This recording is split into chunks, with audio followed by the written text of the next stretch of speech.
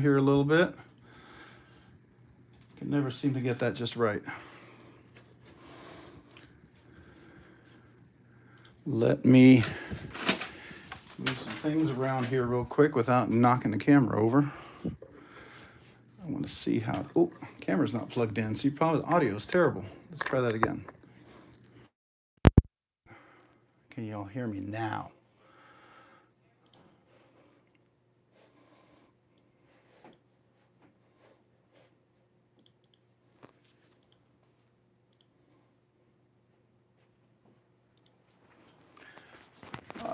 Hold on a second. Make sure my internet is up and running.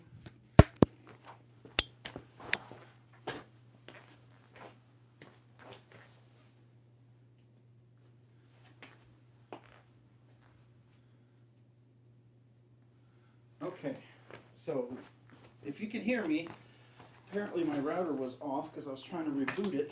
So the connection is probably going to be a little not so great at first here. So I apologize to everybody. You can probably hear me, but the video is not going to be great quality.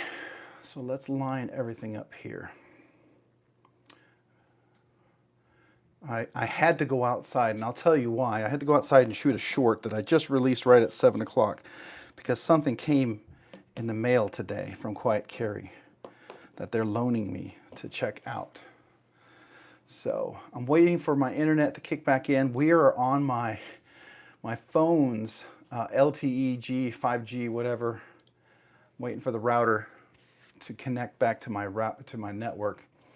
So if the video quality is not great, you will know why.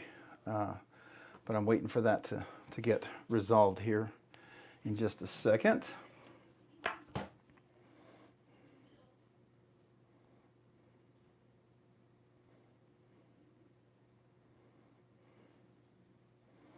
All right, let's see. Are we connected yet? Is the internet back up yet? Let me see if I've got a connection. Come on. Come on, router.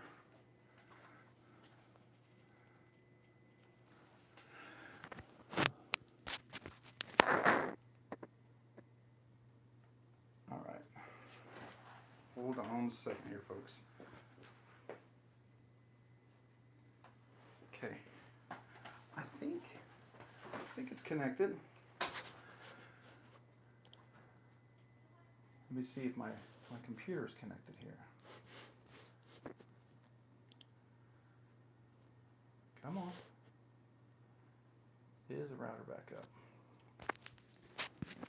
Nope. Still waiting for it to connect.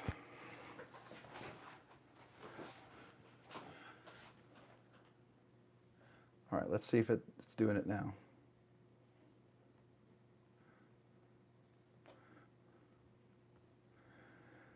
All right, everybody. If you can hear me, let me know.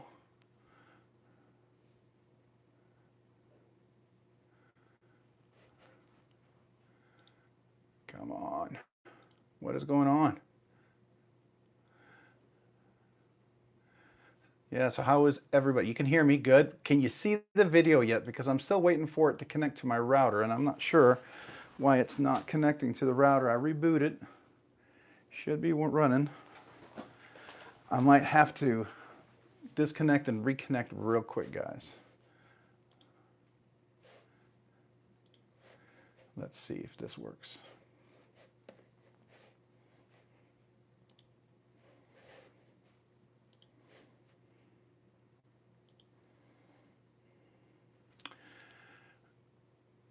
Fingers in the corners. It's working. All right. All right. So hold on a second. I'm going to disconnect my phone, which is going to drop me for a second. I'll be right back because I think I'm not connected at the best speed.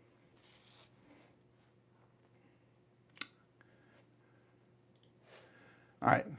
It dropped me just for a second, and I want to see if you can hear me now. All right. Looks like, all right, that looks good. All right. The computer's back. All right. So let me get to the live and connect to the live. All right, make sure the volume is off. It's good. Okay, here we go. Table of knives. All right. So Let's see, move my hand, make sure that's coming through. Yep, it's coming through. All right. So can everybody hear me? Sounds nice, Homestead. All right, so just Nate, welcome. Homeless to Homestead, welcome. Let's see, who else do we got here? B for Baron, welcome. Welcome this evening. Tyler Williams, welcome. Ginger Fisher 75, welcome. Appreciate you guys jumping in here. Ashley Tracy, welcome. Appreciate you jumping in. Thank you. Just Nate. All right, thank you for confirming you can hear me. Okay, yeah, so we had to reboot the router, and I'll tell you why. I got all excited because something came in the mail, and I was working to the last minute in the meeting, and I had to open it. And I don't know if you can see it on the table. Yes, it's this little knife right here. Now, so I spoke to Quiet Carry, and they sent this out to me for me to have a chance to unbox and to do a video and a review of. And I got to tell you, I'm dropping it tomorrow. I'm dropping the unboxing tomorrow. I'm pushing everything out for the unboxing of this tomorrow because it's amazing. And so you guys get a little sneak peek of it right now. This is the Quiet Carry Drift LC, the large. This is titanium DLC in the back, textured, frame lock, LC 200N, deep pocket carry clip, and this G10 with incredible texturing. I mean, just incredible texturing on here.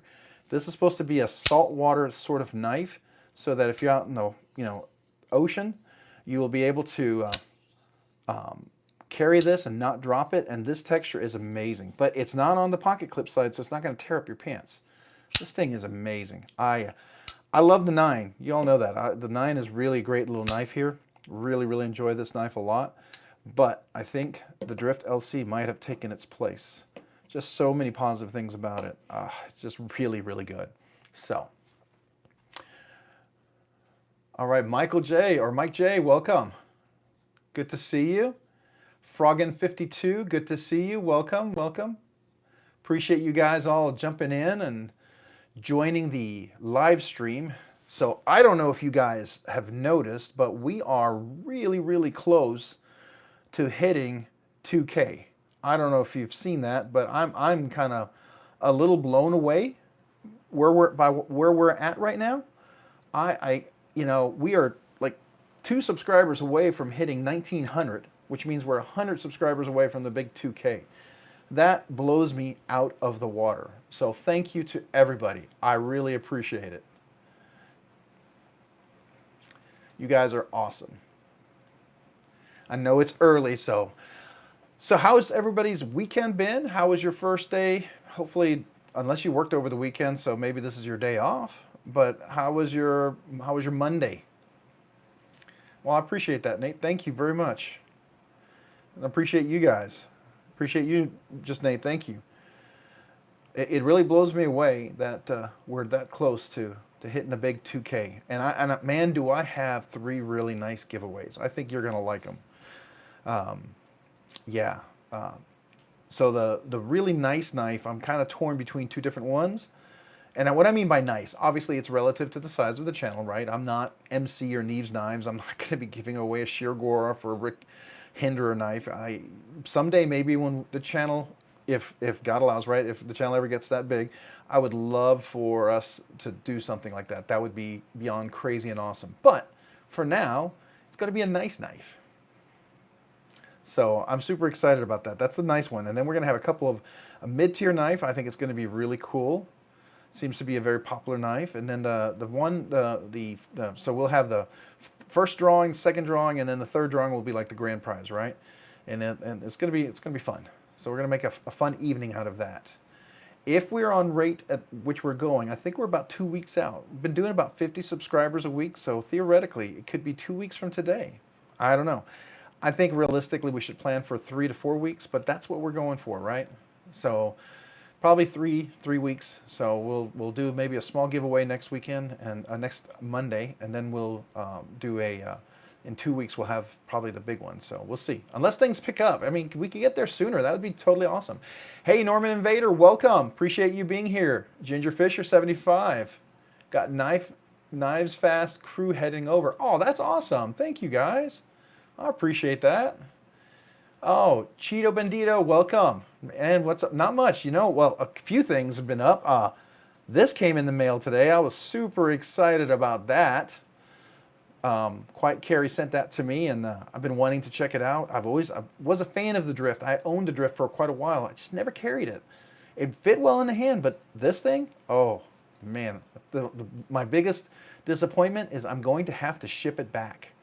This little puppy right here, and I like the F5.5 from Urban EDC a lot, but this thing, I don't know. It just the lockup, the frame, everything, the contouring, the shape, the texturing, it fits really nice and it's a great size. And the action is stupid crazy. Look at this. Look at this drop. And it's like a nice controlled slow drop. It reminds me a lot of my Chavez Redition. This slow drop too has that just nice controlled slow drop. I love that. Just really cool. So, Cheeto Bandito, not much besides that. I mean, it's been a busy week, a lot of work, a lot of things going on. The weekend was fun, busy, and did a few things, but at the same time, didn't do a whole lot of things. So, it was a little bit of both. What did we do this weekend? There's a few things going on. Working, yeah, working, of course. That's always a bummer. Hey, Nate. Saying hello to Nate there, Ginger Fisher. Cool. So what's up with everybody else? What did everybody do for the weekend? What was your weekend like and your week before? You guys, what were you carrying for your knives? Some of you guys, you may be carrying the same knife. I'm sure some of you guys might have found something new.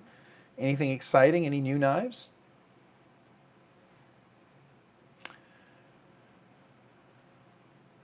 Mike J, the Shaman looks different on the table. It does, doesn't it? You notice these scales on this thing? So I sold the other scales to one of the subscribers. He was super excited about it. I think from last week, you remember. I believe it was it Tyler? I believe it was. Try to remember. Sorry, who it was, but yeah, I think it was Tyler. Tyler was the one who bought them, and I got these. Now, they had a sale on these. They were getting rid of these, right? Because they're coming out with the newer ones. They're supposed to be a little bit lighter, but man, these look so nice. And for the price, it was too nice. It was too nice for the price, right? You get a great deal, a nice sale. You feel like you got to jump on it. Oh, man, thank you, Nate. I appreciate that. Oh, my kazoo didn't come in yet, guys. My kazoo hasn't come in yet, so I am so sorry. Just so you know, it hasn't come in. So you know what? I'm gonna have to do just for you, just Nate. Everybody seemed to like it last week, and if you don't want it, just tell me you don't. But I'll do the Scottish bagpipes just for you. Do you want the Scottish bagpipes? Because you deserve that. I do know kazoo. I know Ginger Fisher.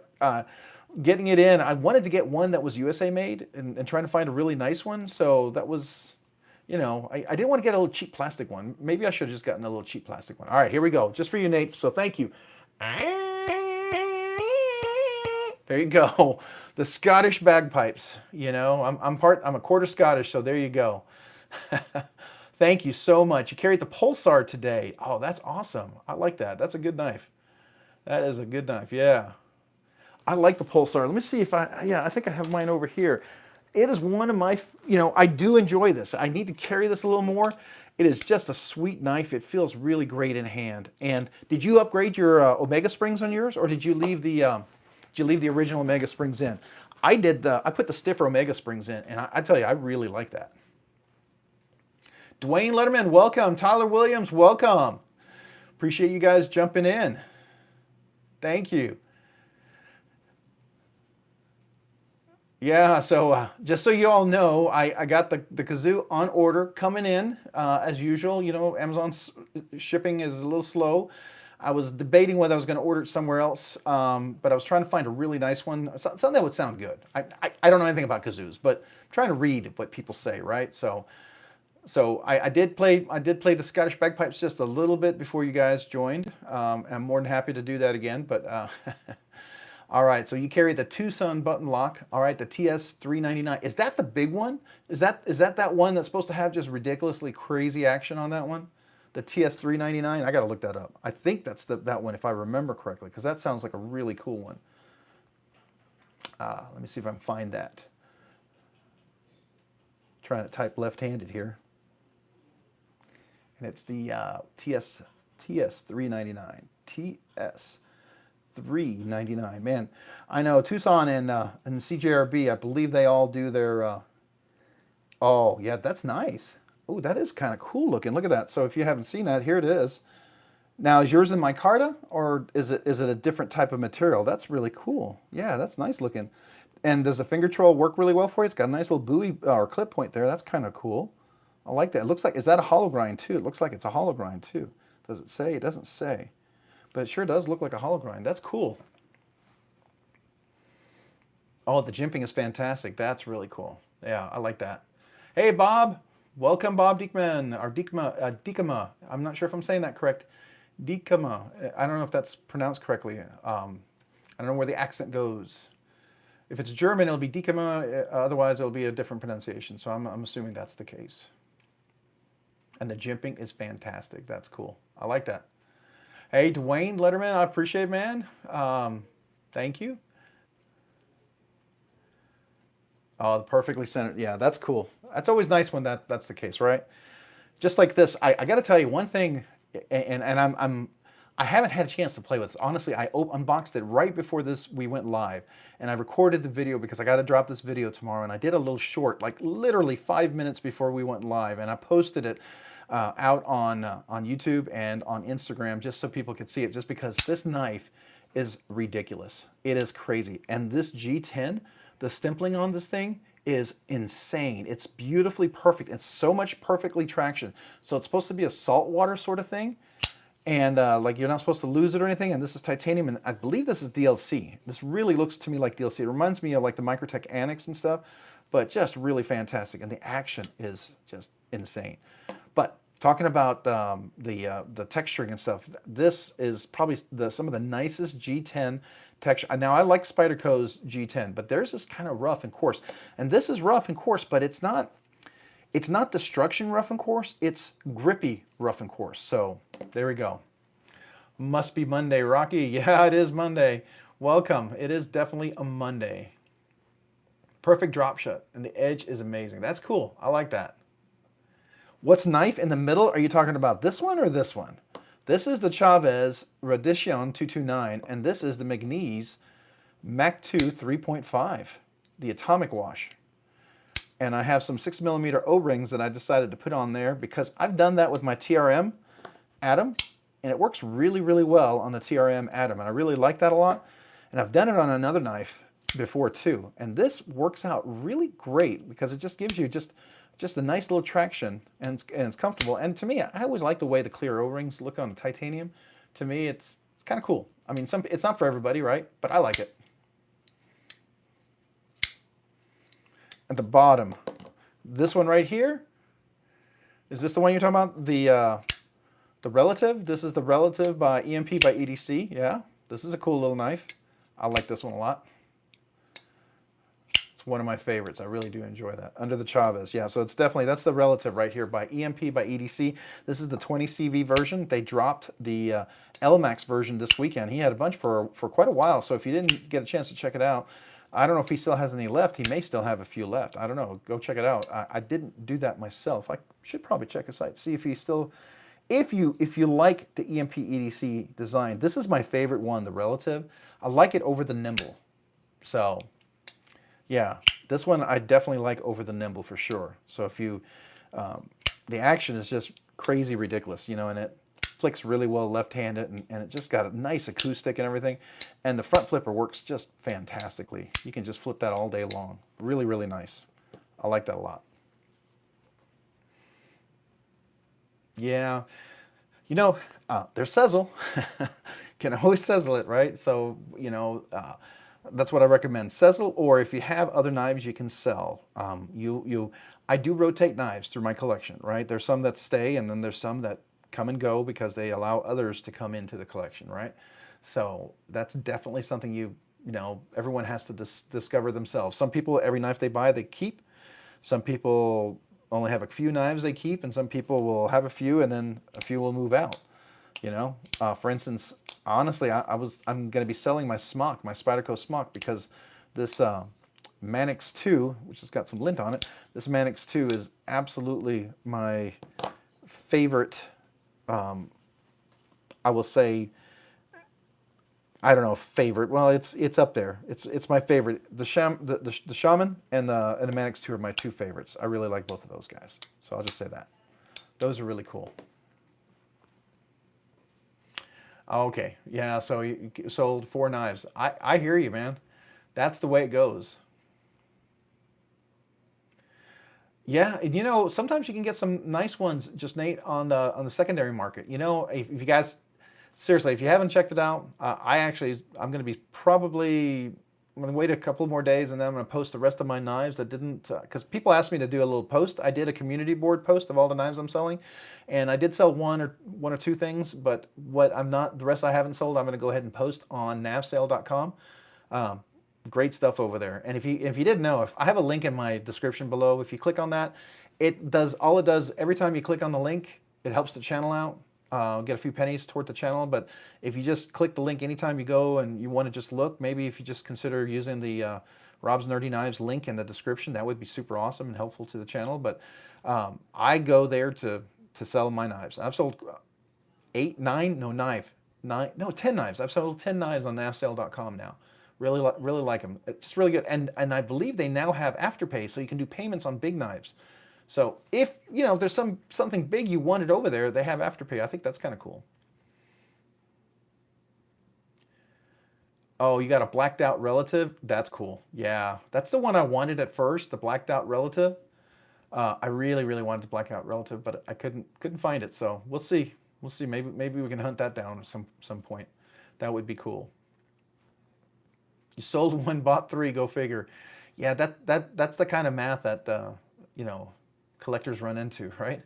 I sold a knife, and that knife has enough funds to put a down payment on 3 knives, right?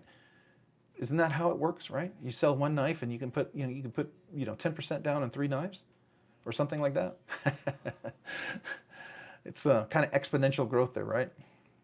Our math gets kind of weird when we start looking at knives. It's kind of like when you go gambling.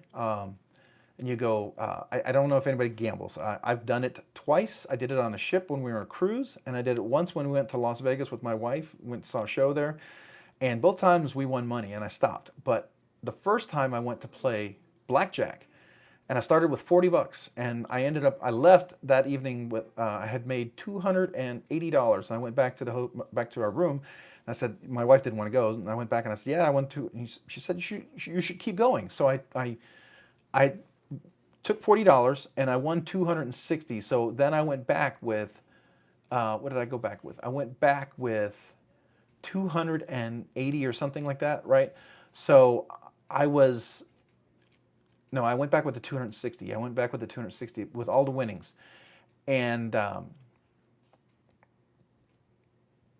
was it the 260? Yeah, I was ahead. I went back with $200. Yeah, that's what it was. I went back with $200, and I'd won. So I was up $60, right? So I spent 40, so I had 100 extra, including the 40 I started with and the 60 I won. But I went in with the 200, and I started going back there, and then I almost won another $300. Right at 290, I said to myself, and now mind you, at this point, because I was winning, I had all these guys with big time pots. You know, I'd be putting in $5 or $10. These guys would be putting in $500, $1,000 chips, and it was kind of weird, right? And they give you free drinks when you start winning. Apparently, I guess that's their way to mess you up. But anyways, I said, okay, I hit $300, I'm going to quit, which is the worst thing you can say when you gamble, right? I lost all $200. And I went back to the hotel room and I thought, oh, I still got $100. I'm up $100. My math went out the window. I wasn't up $100. I was only up $60. I had $40 to start with, 160, so that meant I had 100, but I was still up only 60. My math was all weird, and I knew I had to stop because I could see how people could just get in trouble doing something like that. Yeah, nap sale isn't bad. I like nap sale. If you haven't had a chance, like I said, if you wouldn't mind, if you'd consider it, if you'd be so kind as to click on the description in the link down below. Matter of fact, I'll post it here if you guys are interested. If you just, I'm going to copy this link. Okay, I'm going to post it up here.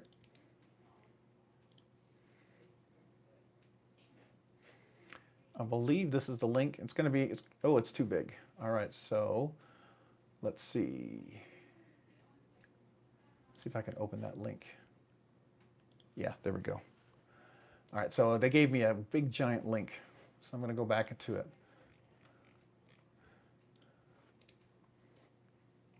All right, so we're going to paste that in.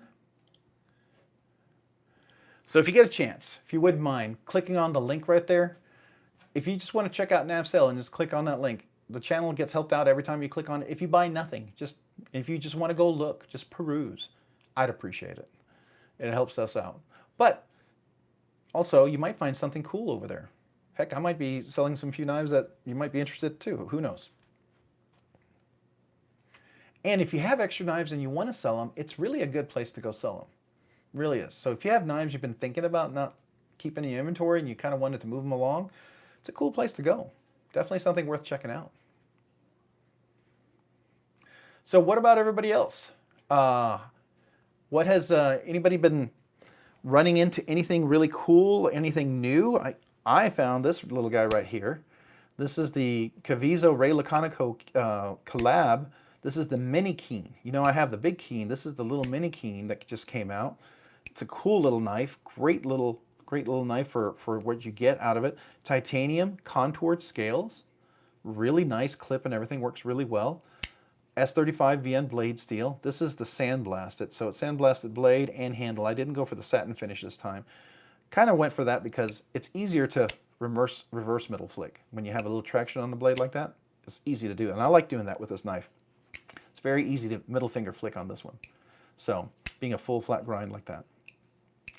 And the size works actually in my hand. It's just on the edge for a large width hand, right?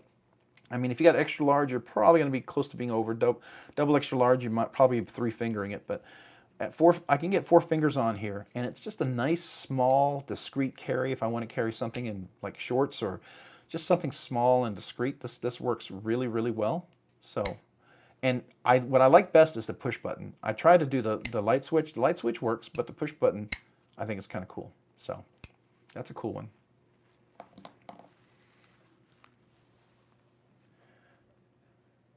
That's cool. So you've sold some other things there too. That's cool to hear. So what about everybody else? What has everybody been carrying? So we know a Tucson. We had an MS399. Did we see anybody else mention what they were carrying? And Rocky, are you grilling tonight? Just curious. And by the way, for those of you guys who just joined, I know I spoke about it earlier.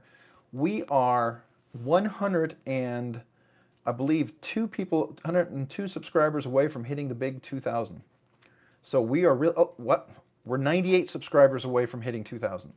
We are at 1,902. So 98, we're going to hit to 2K. And we're going to have the big 2K giveaway. And I'm going to call it the big 2K and channel monetization giveaway, right? So I have 3 knives already lined up. Super excited about those.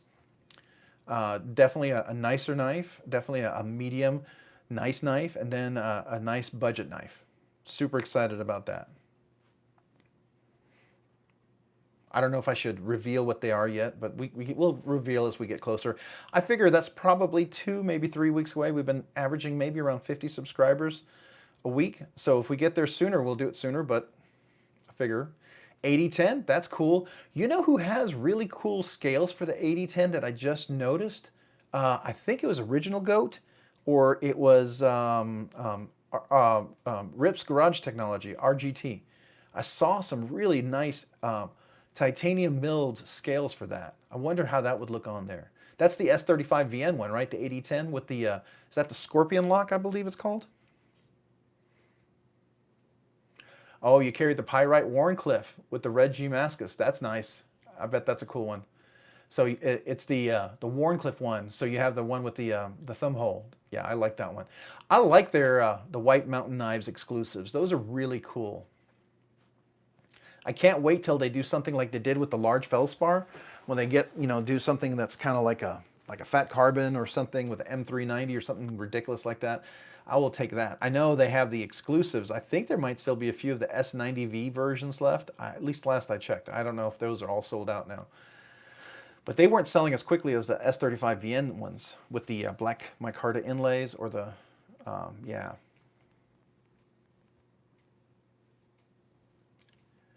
All right. So what else is everybody carrying? I know this week primarily, I have probably been carrying majority of the time. It's probably going to be this little guy right here. It's between this one and my relative. Yeah, so it's between the McNeese and the relative. Those are the two I've been carrying mostly this week. I've really enjoyed carrying those a lot. I mean, I've carried a bunch of other ones that I try to rotate, try to do something different in the morning just to kind of have a little something, because I like to carry.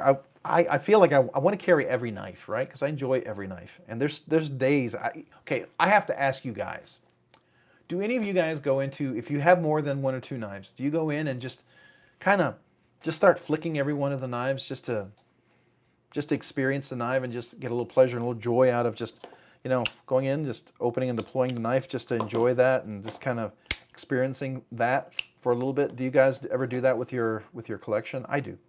I do enjoy doing that. I feel like it also makes me feel like I'm not neglecting a knife. I know they don't have any emotions or anything, but you know, I don't want to. I feel like if you use a knife, it has less chance of rusting and corroding, right? So I don't know if there's any truth to that, but you know, there you go.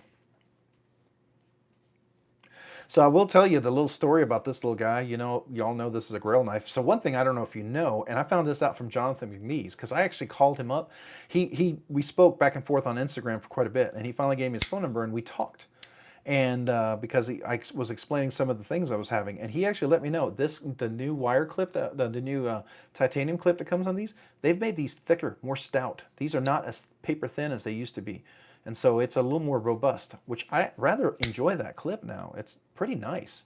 I thought that was really cool. Oh, that's cool.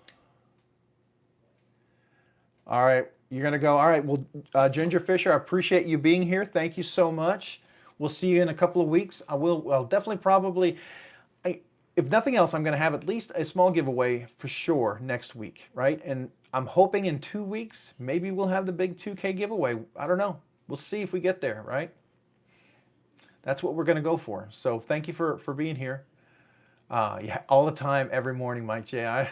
Bob, Beaverton, yeah, all right. I appreciate you guys making me feel I'm not alone, that I'm not crazy, or you know, at least not a little weird, right? It's pretty normal if you like the things you collect. You know, you want to use them, right?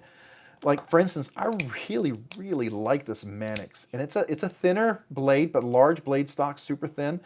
The action on this with the ceramic ball bearing that I put on this is just crazy, and it's locked in there. It's not. I'm getting this action on phosphor bronze washers. Watch this, phosphor bronze washers. That to me is the nicest, the smoothest phosphor bronze washer action I have on almost any knife. My Benchmade Bug Out 535-4 has ridiculous action too. It's really close to that. This has great action, but you know, I realize the action on the Shaman has a lot to do with the fact that it's such a robust blade. I mean, this is a lot of steel. It really is. If you didn't know, this is a thick blade. This is a big boy. Matter of fact, I'm curious. I don't think I've forgotten what the blade thickness. Yeah, it's almost 1.5. It's almost 1.5, or it's between 1/10 and 2/10 of an inch. So it's like 1.15 inches thick. That's a lot of blade. That's a lot of material there. All right, so Mind of Milton, welcome, Mind. Appreciate it, Milton. Sorry, Mind. Welcome. Appreciate you guys joining. Thank you so much. We're just chit-chatting, talking a little bit things here. So, you know, I posed a question for tonight's live chat. I don't know if you saw it. And my question was, you know, awesome USA knife makers who go above and beyond. And I've run into a few lately, and I think that's really awesome. And one of them is Jonathan McNeese. I really want to give a big, awesome respect to that gentleman. You know, when I had this knife, I had some issues with it, and it was really gritty, and I was having a hard time. Like, I couldn't reverse flick it, you know, and, you know, DLT trading guy who's, I respect, I think it was Justin or Joshua, I can't remember the guy's name, but, he was saying some people can't reverse flick this. And I'm like, yeah, but I can usually reverse flick almost any knife, right? So I'm not really worried about that. And I couldn't reverse flick this thing. And I was very disappointed because when I first got it, the action was great, but then it got really gritty and hard and difficult. And so it turns out, after I spoke to Jonathan McNeese, because I was going to just send it back, but I knew what would happen. If I send this back, I'm not going to get another one because you know how quickly these go. So my chance was either I try to make it work or not. And so then I asked Jonathan McNeese, is there a chance if this doesn't work that I can send it to you and you could maybe look at it? And he was like, absolutely. Totally cool with that. And I thought that's really, really awesome, by the way. So I took it apart, I cleaned it out, and it had this gritty black stuff in there. And I thought that was kind of unusual. And he told me that he actually uses nano oil. That's what they use there, nano oil, the 10 weight, which is a really light one. And for the fact that it had a gritty black kind of a greasy oil meant that it must have gotten a lot of particulates, from a milling dust from the titanium or the blade or whatever, must have gotten in there. They clean everything, right? You want to clean everything, but if you're in a machine shop, it's everywhere. Dust is everywhere. If you guys aren't familiar with how machine shops work, it's just the nature of the beast, right? So if you have a magnetic knife, if you have like the Factor by Brian Winters, that's not the knife I would bring into a facility like that, right? I would definitely keep that one outside. But I cleaned it out, and the action was even better than when I first got it. Absolutely smooth and controlled, beautiful, and I was so shocked by it. And the thumb studs, it's pretty comfortable, even though these kind of square studs, because it matches everything. This is the atomic wash version. But then I remembered I had these O-rings and I put them on there. I gotta tell you, it's kind of nice. And I like O-rings on some knives. I don't mind it. I think it looks kind of cool. For some people, it's not their cup of tea, but for me, it was.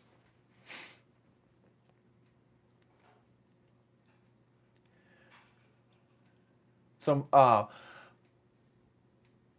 Rexford. Am I missing Todd Rexford?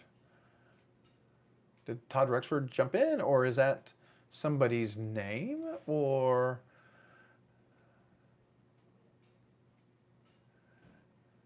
Rocky, maybe I'm missing a conversation, so I'm sorry if I missed a conversation. But anyways, yeah, I just want to tell you, Jonathan McNeese is super awesome. I spoke to him for like 15 minutes, 15, 20 minutes, I think it was. Just the fact that he would be willing to talk to me about that and explain that, and then I went through and I did all that. I give the guy big kudos. Rexford Knives is an American knife maker. Oh, gotcha. Okay. It's probably one I'm not familiar with. It sounds like a really nice one, too. Now, is it full custom or is it production custom? Okay. Ashley Tracy, USA knife maker. Gotcha. Okay. That's cool. Now, where's he out of? A lot of people are in Ohio, but then I also know other folks are in California. Those seem to be places where seems to be a lot of custom knife makers. There's a few in Texas, but the big ones are Colorado. Okay. And so it's Rexford Knives, huh? I'll have to check that out. Are we talking Grail knife here when we talk about Rexford Knives? Are we talking like Shirgorov,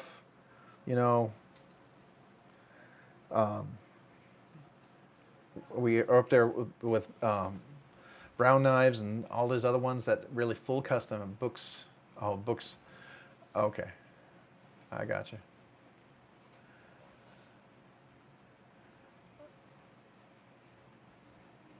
Oh, okay. The books are hard to get. All right. So he's usually, all right. So he put in the link for Rexford Knives. Oh, all right.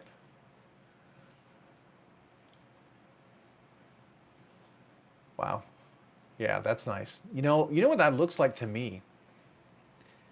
It almost looks like a cross between a Shirgorov, and I don't mean Rexford is very unique, don't get me wrong, but it has that beauty, aesthetic, symmetry of like a Shirgorov, but mixed in with a really, really cool, what do I want to say, maybe an FSD or something, I don't know, there's just some really unique elements there that I think is really cool, at least the one that I'm looking at. 110% Grail. I bet. And I bet it's also 110% out of my. I bet I'd have to sell probably what, close to every knife I own to be able to buy one of those. Who knows? Maybe it's worth it, right? Go sell them all and then get one of those. Hey, happy Monday, happy knife. Welcome. Appreciate you being here tonight. We are just chatting away, talking about Mondays and talking about the week and all sorts of good stuff. Oh, he designed the ZT-0801. Oh, okay. You know what? All right. Now I think I see what you're talking about. Okay. Because there was something familiar with it. I wanted to attribute it to like Shergorov, but when you mentioned that, I want to see what that looks like. Let's see here. I'm opening it up. Come on. Okay. Yeah. Okay. I see it. Yeah, that's definitely a unique signature there in his design. Okay, that's really cool. Yeah, ZT hasn't had a lot of new designs, have they? I wish they would, but oh well. 4K just to touch a book.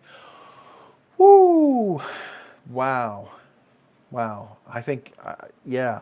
I mean, what is it? You can get a Deadlock for what, $1,700? You can get on their books, and you can get a Roosevelt for what, $800-900? I mean, all fantastic knives, right? You can get a, I mean, I know it's night and day. There's probably a lot of hand touched little expertise things on those things that it's just insane. You can get some of those Hermans and some other ones.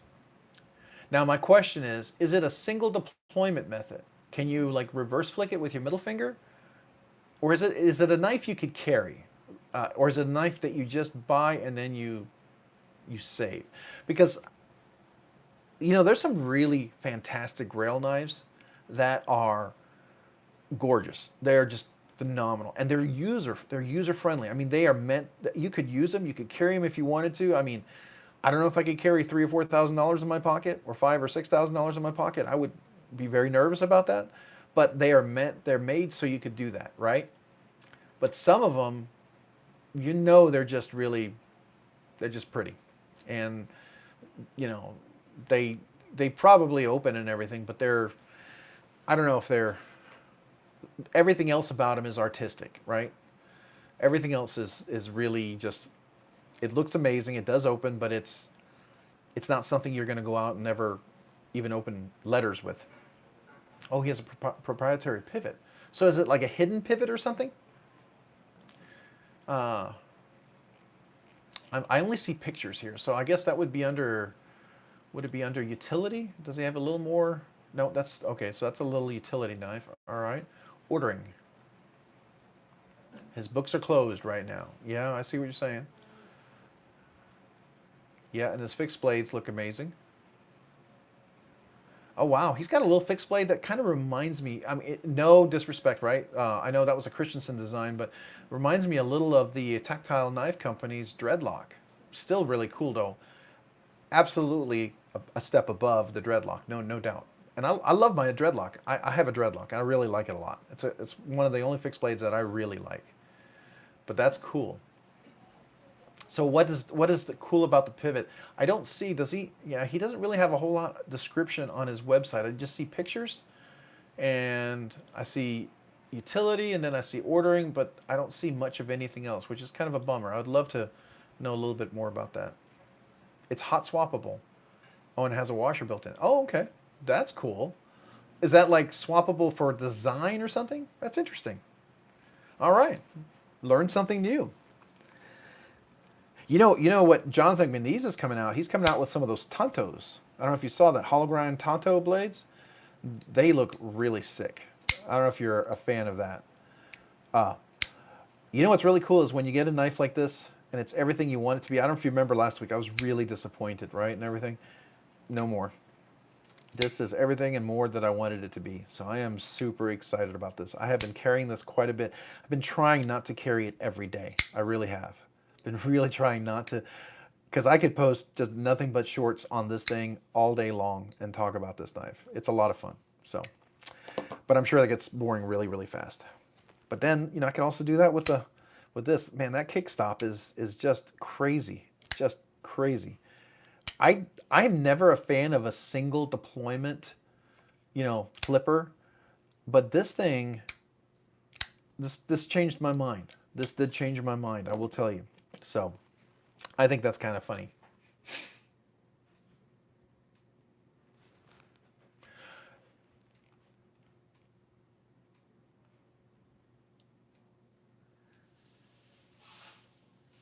Oh, from the Kaiser sale? I didn't. Um, the one I wanted to get was the original XL. Is that one on sale? I've been really wanting to get the original XL with the S35VN with the titanium frag pattern. That is the one Kaiser I think I would like to really check out or try.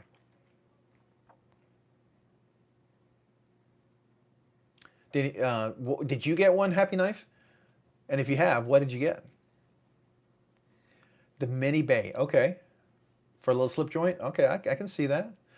I need a Chavez kickstop. You do. And hey, Rocky, if this is too plain Jane for you, if you want something a little fancy, go check out Crane's Cutlery. Check out Crane's Cutlery. They have with the full skull in zircotai. If you like zircotai or Damascus, yeah. And then they have the pivot on there, and it's Damasteel.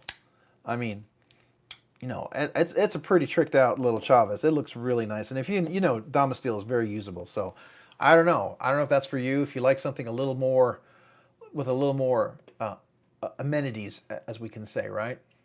Oh, waiting for the voodoo drop. Yeah, I've been waiting for that thing, and I don't know when that's happening. I know he was supposed to do it when he came back from Blade Show, right? That's what we were talking about. Oh, you haven't bought one yet, Happy Knife? Okay. What you've been eyeing that one? Is there another one you've been eyeing besides the mini bay, the little slip joint?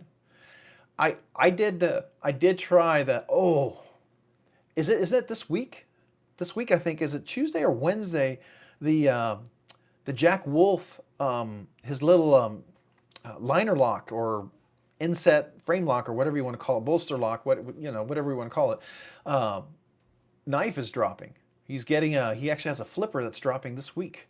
I believe it's this week. If not, I know that Urban EDC is doing a Wednesday drop of some of them. So I don't know if they're able to drop theirs a little bit early as an exclusive drop. Then everybody else drops later on. But I thought it was Wednesday everyone's dropping. Oh, some fancy Chavez too. Were they, Tyler, were they in the Damasteel or were they with the Damascus? Yeah, the Voodoo drop, I would say, Rocky, is one that I would be very interested in. I would love to get a hold of a Voodoo. That one is a really cool knife. That's one of those I think would be cool. Oh, you're waiting on the Veritas? Waiting on the Veritas, though. What is that? Oh, hey, Mind of Milton. Hey, just so you all know, I've got the kazoo on order, and it's not in yet. And so, since you just became an enthusiast and a member, I really want to say thank you, welcome. I'm honored and I appreciate that very much. So I will just say thank you to you, sir.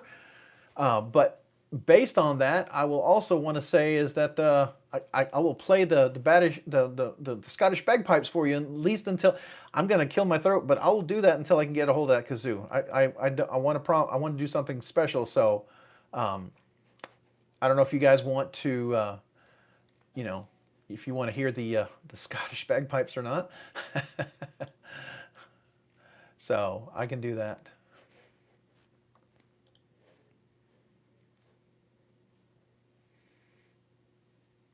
All right, so my page is reloading. What's going on? Oh, there we go. Okay.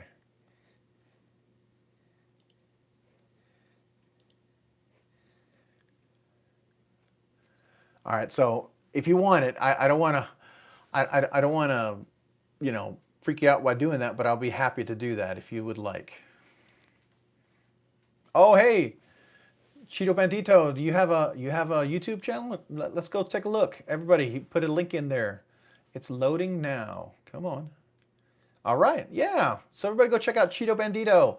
He's got some. Oh yeah, he's got some nice slip joints. I see, and very cool. Everybody go check him out. When you do, if you go subscribe, which I'm going to do right now, if you haven't already, maybe check out one of the videos and just play it in the background so that he can get credit for the subscription, because sometimes they'll do that. Hey, Rocky, thank you. All right, so both you guys, I didn't do this for you guys. So Mind of Milton, here we go. Tell me if you don't want to do this, but I will do this just for you until, until I get those, until I get my, oh my goodness, until I can get my kazoo, right? So here we go. There you go. That's for Mind of Milton. And then for Rocky, thank you so much. I will be more than happy to do the same as well.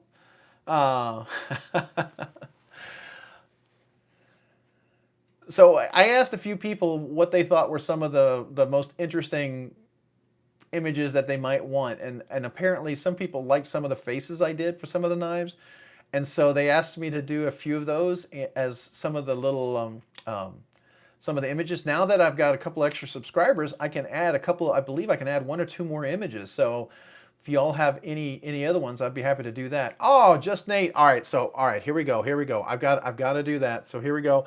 This is for Rocky. So there you go. All right, so there you go. Oh man, thank you, Just Nate. Welcome. Oh, you guys are awesome. I really appreciate that, guys. You guys are awesome. Well, welcome as a member, Ginger Fisher, and thank you, Just Nate, for donating the subscription. That's super awesome of you. Thank you, guys. You guys rock. You guys rock. That's cool. And even tonight, I don't know if you know, we're past 1,900 subscribers now, so we're less than 100 away from the big 2,000. I'm humbled and blown away. Every time I look at that, I can't believe it. But thank you. You guys make this a lot of fun and make it really enjoyable. So I got to tell you that. That's really cool.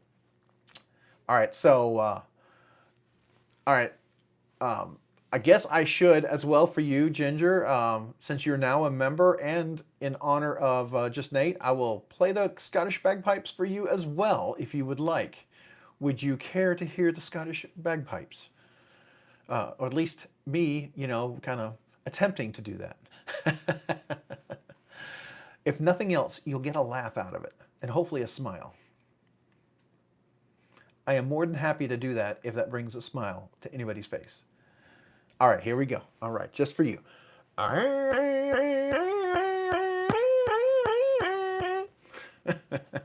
Can't believe I'm doing this. Oh man, I got to get that kazoo. I'm gonna have a bruised windpipe at some point here. That's hilarious. You guys are awesome. Well, thank you guys. That's really cool of you guys. Man, I'm totally blown away and humbled. So thank you. All right, Michael Sawyer, welcome.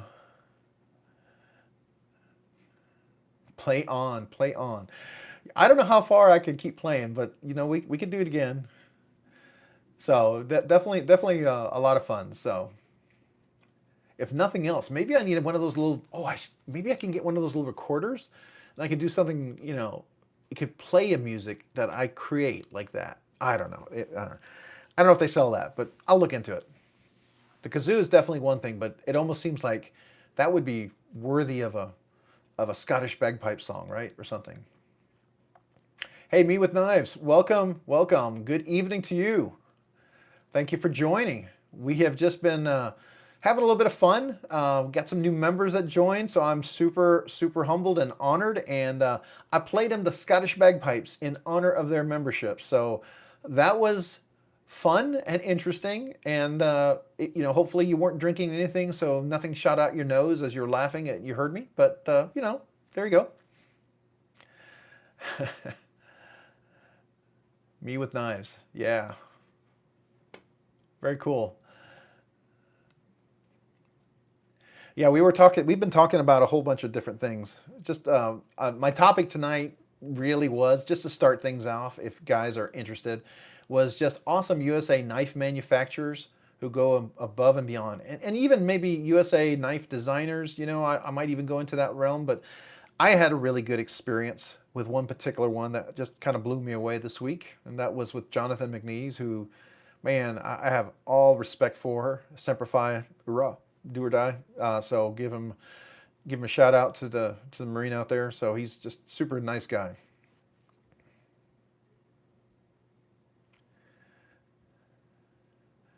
Yeah, so really cool, really cool. All right, so others have shared a little bit about their knives. There's a Kaiser sale going on. A few people have been eyeing that out. I know Jack Wolf is coming out with his slip joints.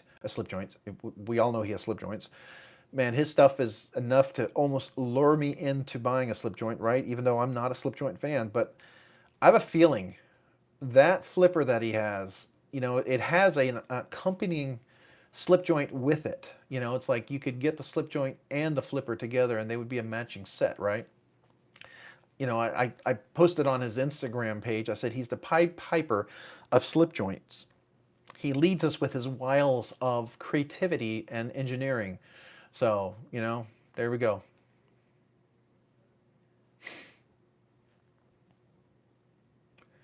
Anybody get a cool new knife this week that you want to talk about? Something that kind of blew you out of the water? Anything that, or you discovered something new? I mean, after Blade Show, there's still so many videos that I haven't seen. I'm still catching up on them. Unfortunately, sometimes YouTube's algorithms aren't always great, and you really have to hunt them down. Almost like you have to know the people who are producing the videos to find them. But, you know, after a little bit of search, you can find them. You got a Sencut Serene. Oh, that's cool. I've been wanting to. There was a Sencut that I was looking at, and I wonder if that's the one. I don't know the naming conventions of all the Sencuts, but I want to look at your Serene. What is that? Let me take a gander at that. All right, so there's the Amazon version. Let's see if they show it. Come on. Oh, that's the button lock one. Yeah. Wait, is that the one? Is that the Serene?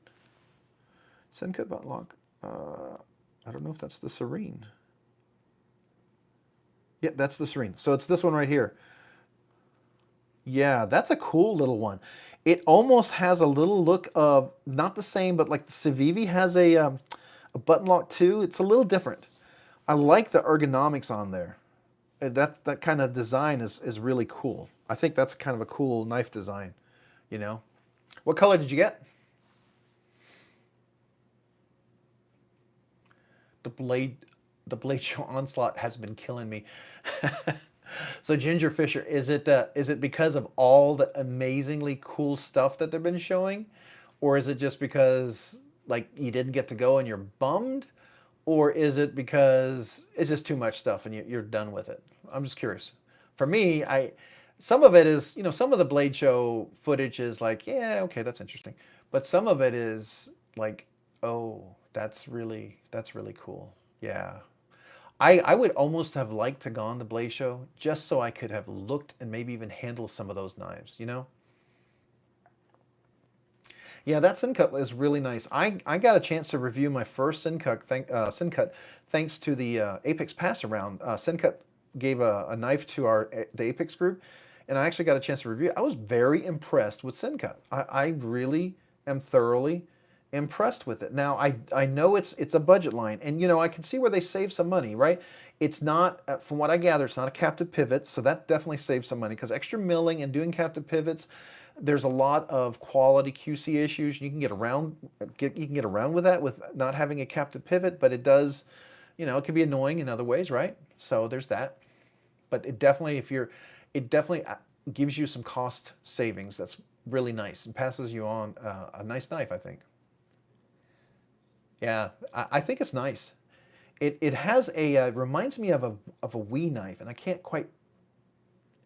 It's almost like a Farron Forge without the finger choil. Is that what I'm thinking? Maybe it reminds me. Do you guys see that? Like it's kind of like a Farron Forge, but without the finger choil, right?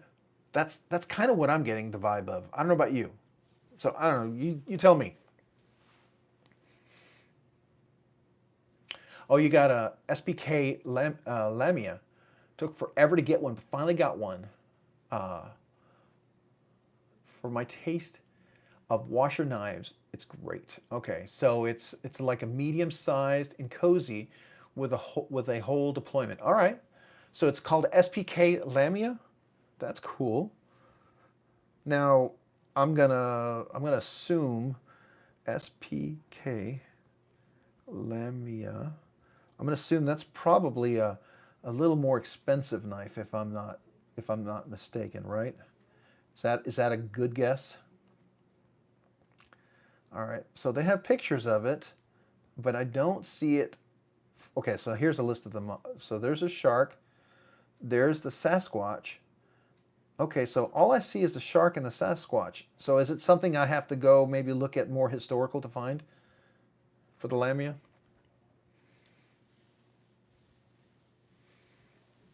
Okay, the Sencut and the Ganzos, yeah. The Wee Sakshi. Yeah, the Wee Sakshi. Yeah, I could see that. The Wee Sakshi.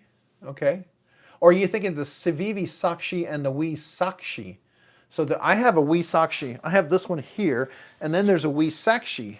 So, I mean, I can see sort of the blade shape, there with that. This has been one of my favorites forever to have. I've had this knife for quite a while. I've really enjoyed it. I decided to keep the clip that I got with the knife that I won because I like this clear clip better. But I've always liked this knife a lot. It's always been a lot of fun. So I don't know if that's what you're talking about. Okay. It has a lackey handle and a Stinger blade shape. Okay, cool. For $46 for real? Wow. Now is it 9 MRV or 8 MRV or is it like 14C28N? I didn't even look. I should have looked at that. Hold on a second. Let's see.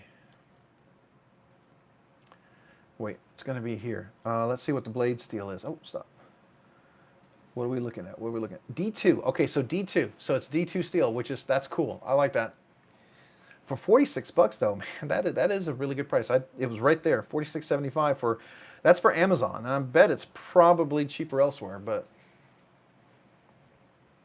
Chris Gratz, the man. Oh, he on the Lamnia? Okay. Oh, they're doing a Spyderco collab. That's cool. Yeah, it would be nice to see Spyderco have a few more new knives out there, right? It's been a while. There's a few that are really cool. Definitely worth checking out. The Cyrene looks like a bigger Civivi Quipit. Yeah, that's what I was thinking too. Maybe the Quipit, or like the other they were saying earlier, the Sakshi, the Civivi Sakshi is also really good. I like that one. That would be cool if they had one with the Alex. Yeah, I like to see those collabs. I like to see. I mean, it's nice to see the what do they call the Yojimbo? The small Yojimbo. Is it Yojim Baby? I don't know what you call it. The Yojimbo is not quite a knife for me. I had one for a bit and I returned it because it didn't speak to me. It wasn't an aesthetic that I particularly dug as much. But that's okay. That doesn't mean I can't appreciate it. I thought it was really cool. I liked the design. I liked the uniqueness of it, but it was just not quite my cup of tea. I don't know if I had a Yojimbo or Yojumbo or whatever they call them, right? There's the big giant one and then the medium one. The micro Jimbo. Okay, so it's a micro Jimbo. All right, cool. There's a really fancy one from Spyderco that came out. I think it's a liner lock. It's like $400. They had an orange one originally, but then they're going to release a carbon fiber limited edition version of it. Man, I got to remember what that one is. But that one, that looked kind of cool. That looked really unique. That's up there with one of those knives that I think would be a lot of fun.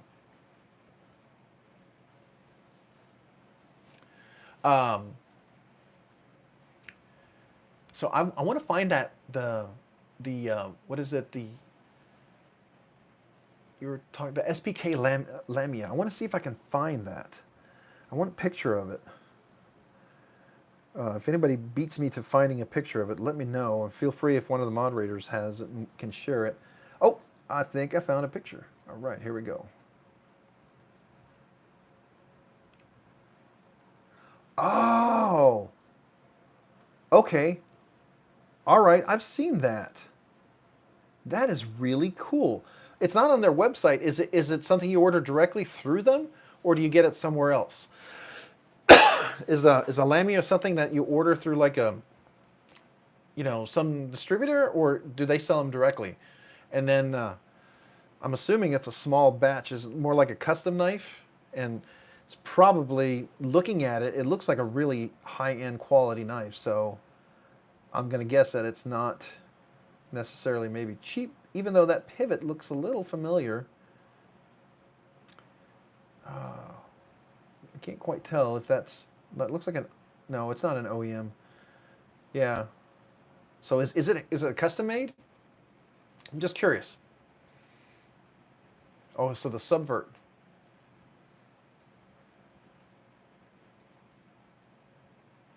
That's cool.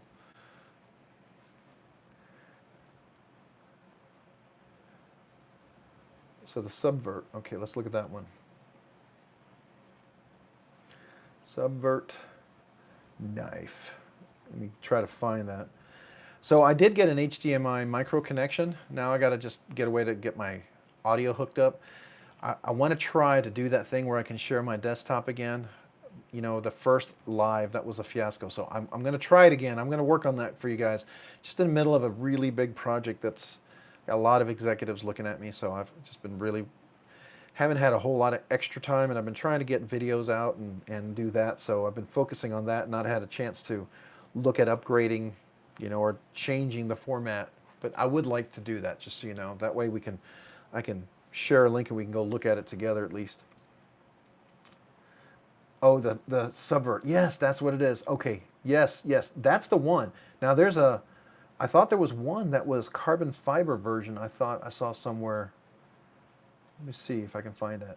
That looks really interesting. It's a different blade shape. I'm not sure. I like it, but I don't. You know what I mean? It's like, I get the feeling that I probably will like it a whole lot more once I handle it, but at the same time I look at it and it feels like it's a little odd, but it looks like it would work. I don't know, does that make a lot of sense to anybody? Have you ever looked at a knife and you kind of go, yeah, I don't know, but then you're like, yeah, I might like that. And you're not sure? Have you ever had that sort of experience? That's what I get with the subvert. And I will say, in the carbon fiber, yeah, I feel that a whole lot more, you know? Because the carbon fiber just seems like, I don't know, it would be really cool. At least the picture I saw of it. But I think the carbon fiber is a limited run, so, you know, there you go.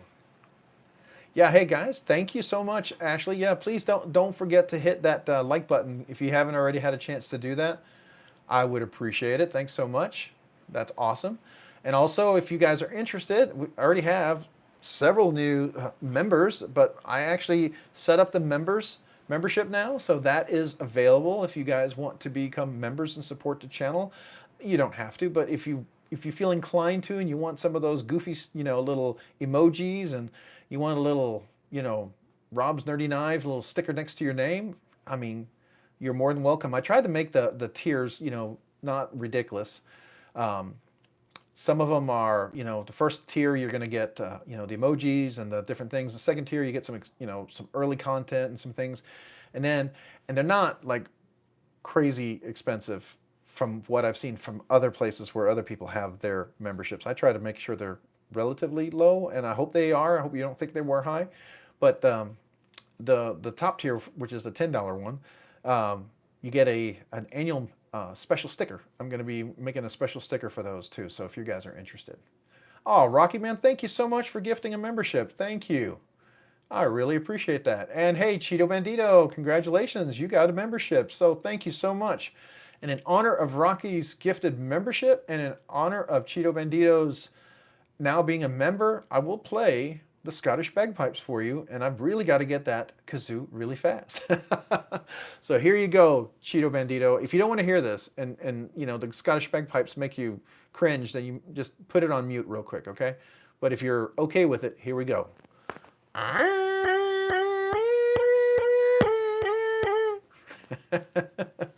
All right, I still can't believe I'm doing that. That is hilarious. I feel weird doing it, but there you go. Gotta get that kazoo. You're absolutely right. I gotta get that kazoo. Because probably by the, you know, at some point I'm gonna be like barely able to talk. But congratulations. Thank you so much, guys. I really appreciate that. You guys are awesome. Thank you. I'm humbled and honored. So that's really cool. Man, yeah, that's awesome. Yeah, so the subvert looks really, really cool. And if you, let me see if I can find a picture of it. Oh, there it is. DLT Trading. Yeah, so here it is. If you haven't seen it, this is the subvert in the carbon fiber. And if you notice the carbon fiber on this thing, this is not the peel applied carbon fiber that they put on top. This is actually like carbon fiber, like real nice. So, and I believe it is CPM 20 CV. So it's a high-end steel. And you know they're, oh my goodness, got another member. Welcome, Michael Sawyer. Welcome. I appreciate it, man. That's awesome. Thank you so much and welcome to the members group. So thank you. Everybody feel free to, spam them a few emojis there. And Michael, in honor of your membership, I've got to play you the Scottish bagpipe. So I got to get that kazoo really fast, man. I'm gonna run out of voice here. But here we go, Michael. If you don't want to hear it, put it on mute. If you guys want to hear it, then listen up. Here we go.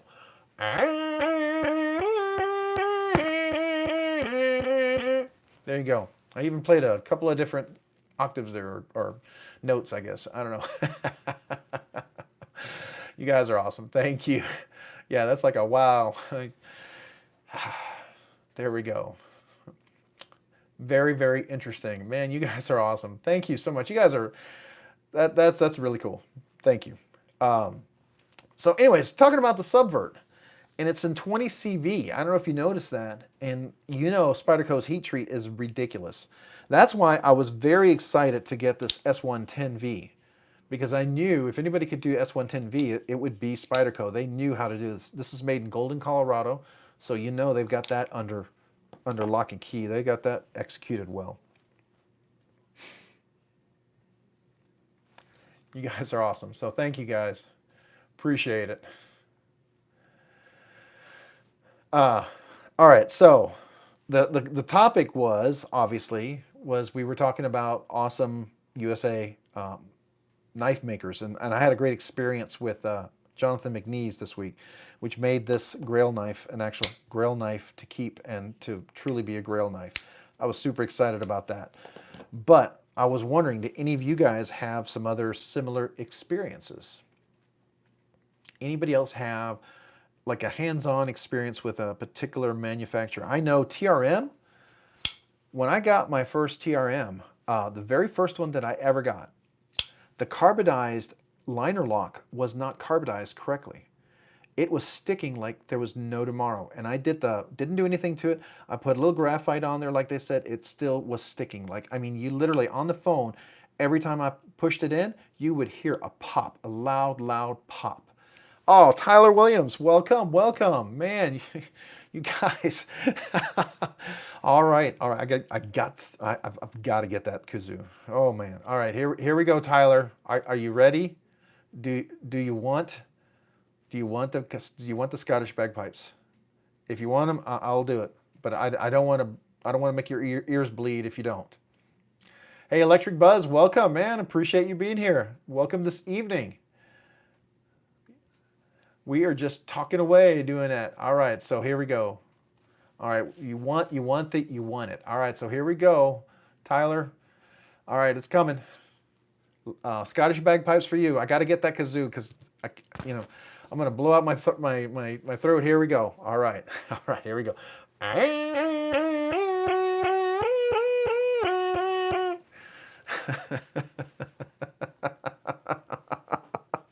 I can't believe I'm doing that. That's hilarious. All right. And you know what? I haven't even had any beer or even a couple of glasses of scotch or anything. And I can't believe I'm playing the Scottish bagpipes. I bet it would sound really good after I had a couple of glasses of scotch, though. I bet I would probably also play it much better, too. Oh, that was great. Oh, awesome. Thank you, Electric Buzz. I really appreciate it, man. Thank you. I appreciate it, guys. You guys are awesome. Yeah, so getting back to knives, the TRM, I had an issue with the carbidizing. So I don't know if you know, this is a titanium liner and titanium scales, right? So they use titanium liners, and typically titanium on steel tends to stick.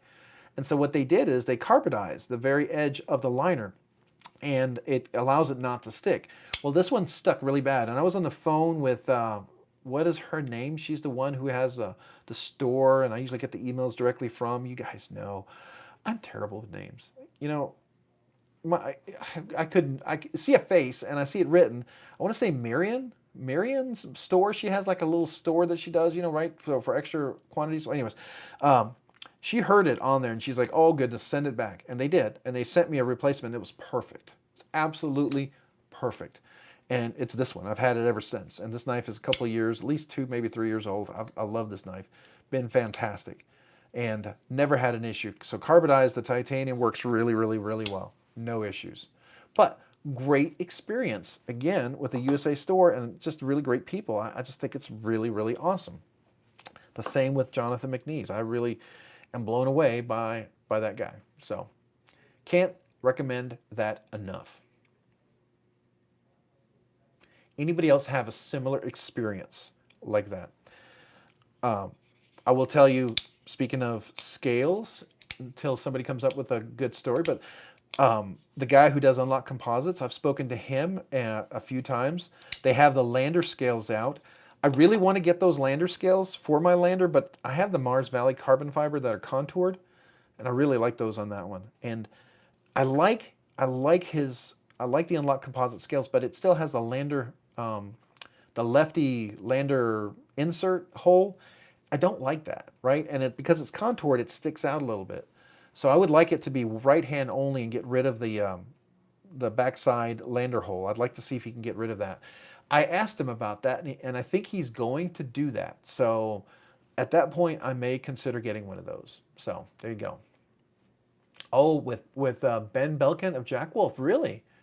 So what happened there? I mean, what it sounds like a really good experience. What happened? Did you have something go wrong with a knife or something, and you just reached out to him? I was kind of curious. Do share, Tyler, if you don't mind. I would be really curious to hear stories because he seems like a really nice guy, especially all the interviews that they've done on the on Blade Show. Casey from Lynch. Oh yeah, he is awesome. Casey is. I like Casey a lot. So along with Steve Skiff, if you know Steve Skiff, I would love to get one of his custom knives. That's up there with I'm sure Rexford knives. I know Metal Complex. If you follow him, he got a Skiff knife recently, and I don't want to know. I think he spent 3 or 4 or 5 thousand on that knife. But Steve Skiff's knives are amazing. But never mind the fact that he makes Skiff washers that are ridiculously amazing too. But that guy is he's nice too. So Casey, I've spoken to quite a few times and we're done a few things. I like Casey a lot. He's a really cool guy, for sure. Matter of fact, if you haven't done this, and I really should do a review. If you need a clip for your keys, I actually use this for my keys right here, and I will tell you for this right here, I used to depress my remotes on my car all the time, and it would drain my battery, or I'd have the trunk open in the garage, or the windows would all be open or something. But this battery would be dead because it would be down in the pocket and chapstick would hit one of these buttons. This little clip right here hanging in my pants has saved like a lot of money in batteries.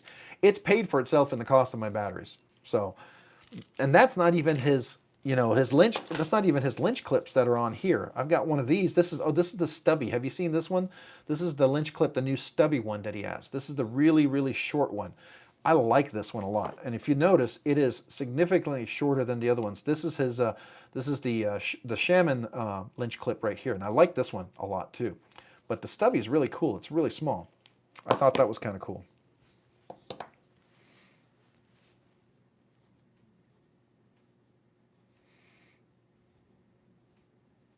Finch has been doing this whole time. Yeah, that's awesome. There are people who just do that. They just do that, and that's why they just knock it out of the park, right? When you do customer service and you do it right, yeah, that's super awesome. It's unfortunate when you see some who maybe have been around for a while and forget that. I don't know. I want to be careful because I don't want to speak ill of anyone, but you know what I mean. Sometimes some manufacturers they forget, right?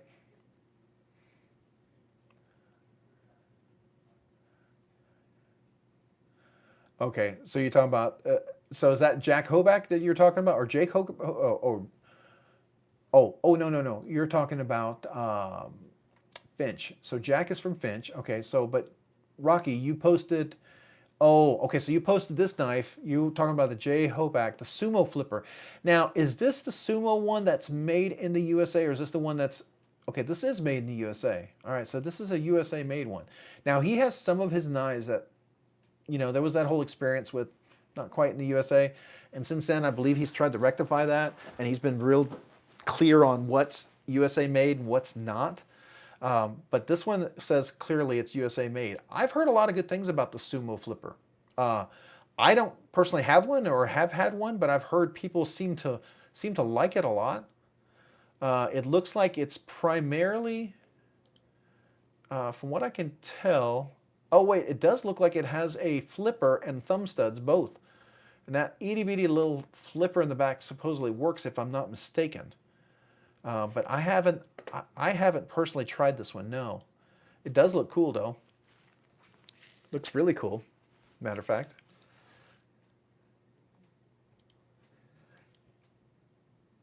I think if I were to get one, I'd probably get the blacked out one. But what is the? See if I can get out of this here. Trying to get out of the screen. What's the steel on this one? Is this like M390 or what is it? Oh, it's 20 CV. Okay, that's cool. 20 CV is USA crucible metal version of, I would say, M390 or LMAX, or up there with several other. I think I would call it I call this a premium steel, right? Not or super, not just a. I don't know if you call it a super steel, but I would definitely call it a premium steel. It's definitely up there in the top edge. I mean, so that's cool. I like that one. But Rocky, no, I do not have any experience with this one, though I've heard good things about it. I've read and I've watched several videos, people who have it who seem to like it. Um, let's see here. It looks like it's seven and a. I want to say seven and it's not a quarter inch, just a little under 7 1/4 inches, just barely over 7 inches. So 7.125 inches. The blade length is 3.125 with the cutting edge 3 inches. Okay. Uh, Handle thickness is a little over 1/2 inch, so it's definitely got some nice stockiness to it. So you're going to get a good grip. What's the handle length on there? 4 inch handle length. And it looks like you could choke up too. It doesn't, the flipper area looks like you could actually choke up. But I don't know if there's any stimpling on the, or stimpling, dimpling, jimping, jimping on the top. No, there's not. It's flat on the top. So no, I don't know.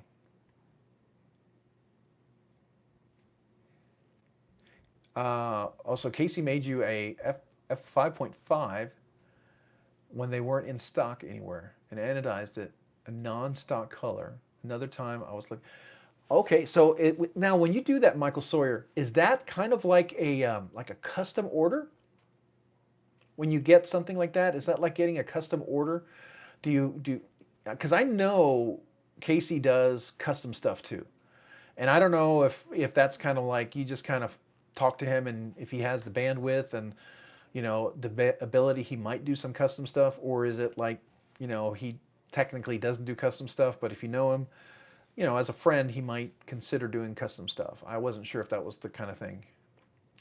Oh, hey, Dane. Dane, welcome. Welcome this evening. We've been just talking knives. We were talking a little bit about the Hoback, the Jake Hoback knife that Rocky was asking about, and then we were talking about Casey. So the question tonight, the topic we kind of were going into is awesome USA knife manufacturers who go above and beyond. And I was talking about my experience with Jonathan McNeese.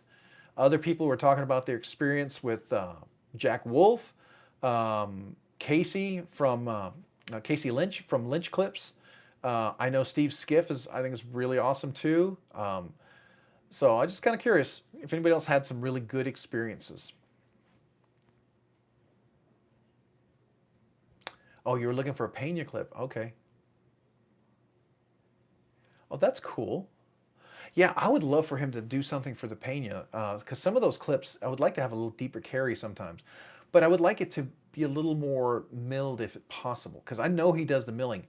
Matter of fact, this is one of the Lynch clips too. This is the milled one that he worked directly with Jonathan McNeese on. I actually put this one on here at first, but it's too short. I need the longer clip.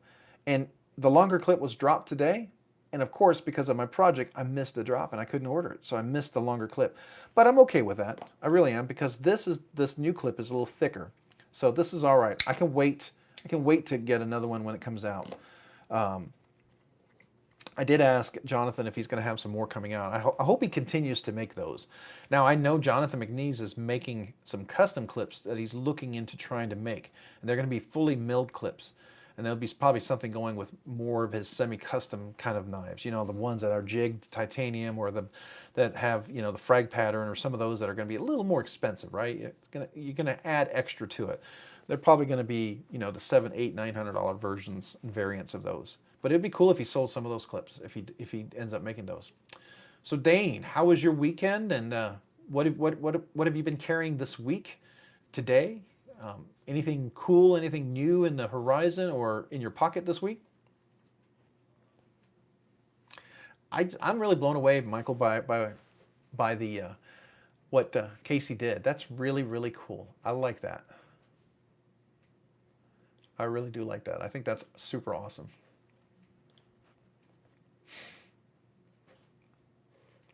I don't know if you guys were here earlier, but I was talking a little bit about, are anybody a Quiet Carry fan? I mean, maybe you're not a fan of Quiet Carry. I don't know. I do like Quiet Carry. This is the new Drift LC, the large version. I had the original Drift. It was really nice. I liked it a lot. It would fit choked up on there. You know, I would choke up on up to the finger choil, and it would work. But I just never carried it. You know, I don't know why I didn't carry it. I liked it a lot, but because I didn't carry it, you know, I kind of have a rule where if I don't carry a knife after a while, I think it's time for it to go somewhere else, right? But so the 9 was my favorite. Far as Quiet Carry, I really like the 9. This is just such a really nice and smooth knife, right? This knife works just excellently. It's just beautiful. And I wasn't sure if anything could compete with it. Well, I was sent this, and I opened this today, and I did the unboxing. I'm going to drop it tomorrow just because I was so excited to get it. I'm just being loaned this knife right now just to kind of review, and I have to ship it back to him. But yeah, I love this thing. I want to get one of these. Let me just say that. I definitely need to find out when he drops these, and I've got to order one of these because it is just that amazing. So it's contoured, shaped everywhere. The mill clip works really great. Super deep carry. It is ergonomically very comfortable. I would put it up there as far as fidgetiness, goodness of a f5.5. So yeah, I really like this. This was a lot of fun, and I'm super excited to try this. And if you wanted something that was just a little bit bigger, and the only thing was, yeah, doing left-handed, I had this down to a T because it's a smaller left-handed clip. So there we go.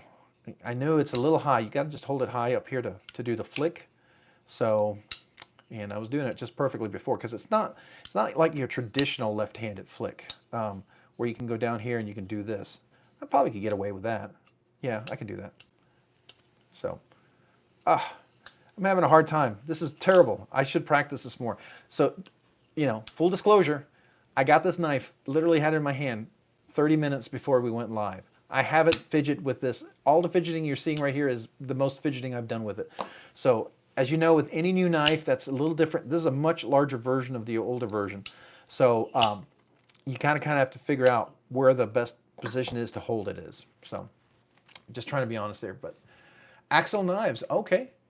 I do like Axle knives. All right, the shift. Now, I've actually had a shift before, and it wasn't bad. I liked it. But the one I had was, I think, the 20 CV, but this is in MagnaCut. All right, do we know what the, let's see, does it say in the specifications? Do they give the Rockwell hardness? What I wonder what their heat treat is like. That to me is, you know, if I'm going to do MagnaCut,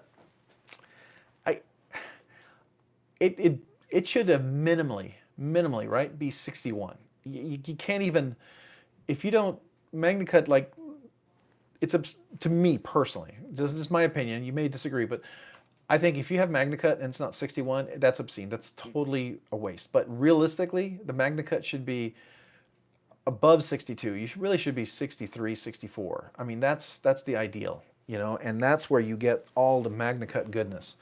So I just wonder if that's the, yeah, 62 to 64. Yep, definitely. I would be okay with 62. Yeah, 61 I would be very disappointed with, but I would be all right with it if I. It depends on what I was going to do with it, right? Like all the Rockwall, the Rockwall thumb stud flipper or thumb stud Rockwalls. Those are all heat treated right now. If you go to their site, they're still heat treated to 61, which is really disappointing, right? I wish they were heat treated just a little bit better. But I know the Dread Eye is 63, 64, and I know the Maverick is 63, 64. So that's really cool. Oh, the Winter Blade.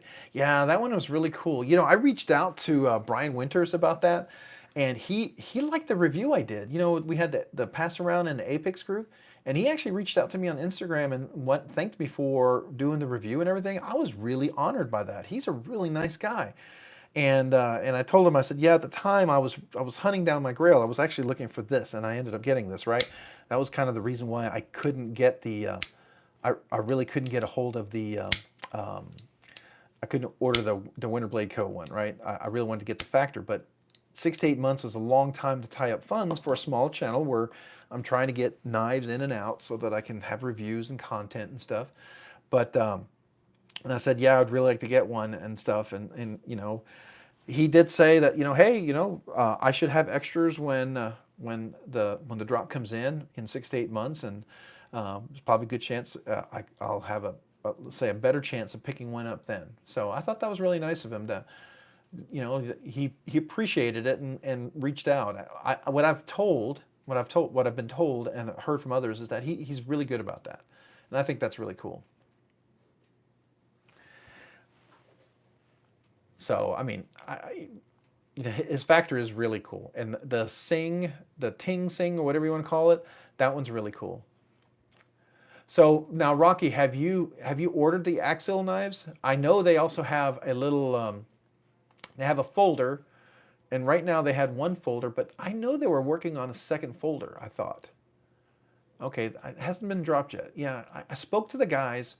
Maybe the folders is a harder thing to go by, right? It's probably if your bread and butter right now is the OTFs, which really that's when you think of Axial knives, they make USA OTFs, and that's really, really good knives, right? I mean, and I can't. It's a competitive knife for what you get, and I actually had one, and I liked it. I had a shift, but I had not a Tonto or reverse Tonto. I forget which one I had.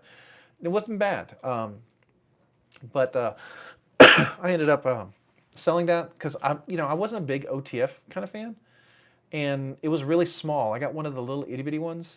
I forget which size that is, but I know there's different size ones. It was all I know is it was like a little. Well, I don't see it in here, but it was little. I didn't like it, and I saw some of the bigger ones, and I'd gotten that Guardian Tactical. I thought that was really cool, but I didn't really like the reverse Tonto as much. But it was cool. It was definitely smooth, no doubt. Yeah, definitely cheap for American made. But then, you all know that I have the live wire. This is made by Kershaw, and this is as smooth as the Guardian Tactical. I know it's probably not perfectly as smooth, but it feels as easy to actuate as a Guardian Tactical. I will just tell you. I don't know if it's just because the button mechanism and the way they did it works just perfectly, and the way the grip and the handle and everything fits in your hand, but it works as nicely as a Guardian Tactical. And it's for $240, whatever it was. I mean, this is a knife. It doesn't have the big old glass bead breaker, and it's reversible, so it can be left hand or right hand. And this weird clip that fits up here works really well, and it's light. And I actually carry and use this because It's thin enough. It's not crazy weird with some of the giant glass bead breaker and all that other stuff. I don't feel like, I'm not getting a $500-600 OTF that I feel like I can't use. It's too delicate, right? I feel like I could use this and beat it up and not worry about it. I mean, that's the one I kind of like. So I went with this one.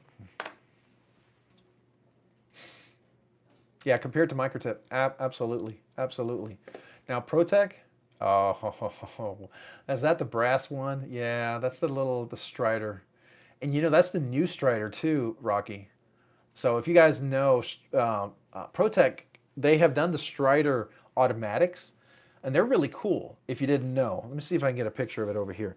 But they revamped them this year and did something really, really cool on the Strider automatic. Let me see if I can pull it up here real quick, guys. ProTech. So if you didn't know what we were talking about, so this is the ProTech by Strider, and they made some of this a little bit bigger, and it's much stronger actuation. So when you deploy this, it really snaps, and it really snaps nicely. And I think that's the new one, right? Is that the new one or no? Or is this the new one? No, this is the new one. All right, so that was the old one. That was a smaller one. This is the new one that's a little bit bigger. And the one Rocky was pointing out was there's a variant of this one, a really nice variant of this one. And let's see if I can show you this. That is this one right here. And this is gorgeous. I think these are bronze handles. And I think this is abalone inlay on the button. And this is a dual grind, and it's hand ground, and it's polished, if I'm not mistaken. I believe it's a polished blade, I thought. Maybe it's satin finish, but I thought it was polished. Yeah, it's polished. You can see the reflection right there. But it's just absolutely gorgeous, and it's strong. I mean, it just really deploys nicely. I would probably venture to say it would be up here with like a McNeese. I will tell you, I have a TR3 automatic by ProTech, and I like that one. It was an anniversary present from my wife. So where is my TR3? Here it is. I love this knife. This is a great knife. This is in MagnaCut. Really nice. One of my favorites. I'm never going to get rid of this because it's an anniversary present, right? Super great knife. Really like this. And it deploys really nicely. But you know what? My McNeese Mac 2, this one is even stronger. And I know for a fact the heat treat is really good on this. Now, I got this before ProTech worked with the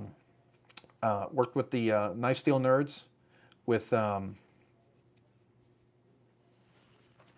trying to think. I should know his name. I follow him all the time. You guys, you're going to correct me here, but Knife Steel Nerds. He worked with ProTech to understand their heat treat, and so I know I suspect this is probably 61. I'm going to guess 60 or 61 Rockwell hardness.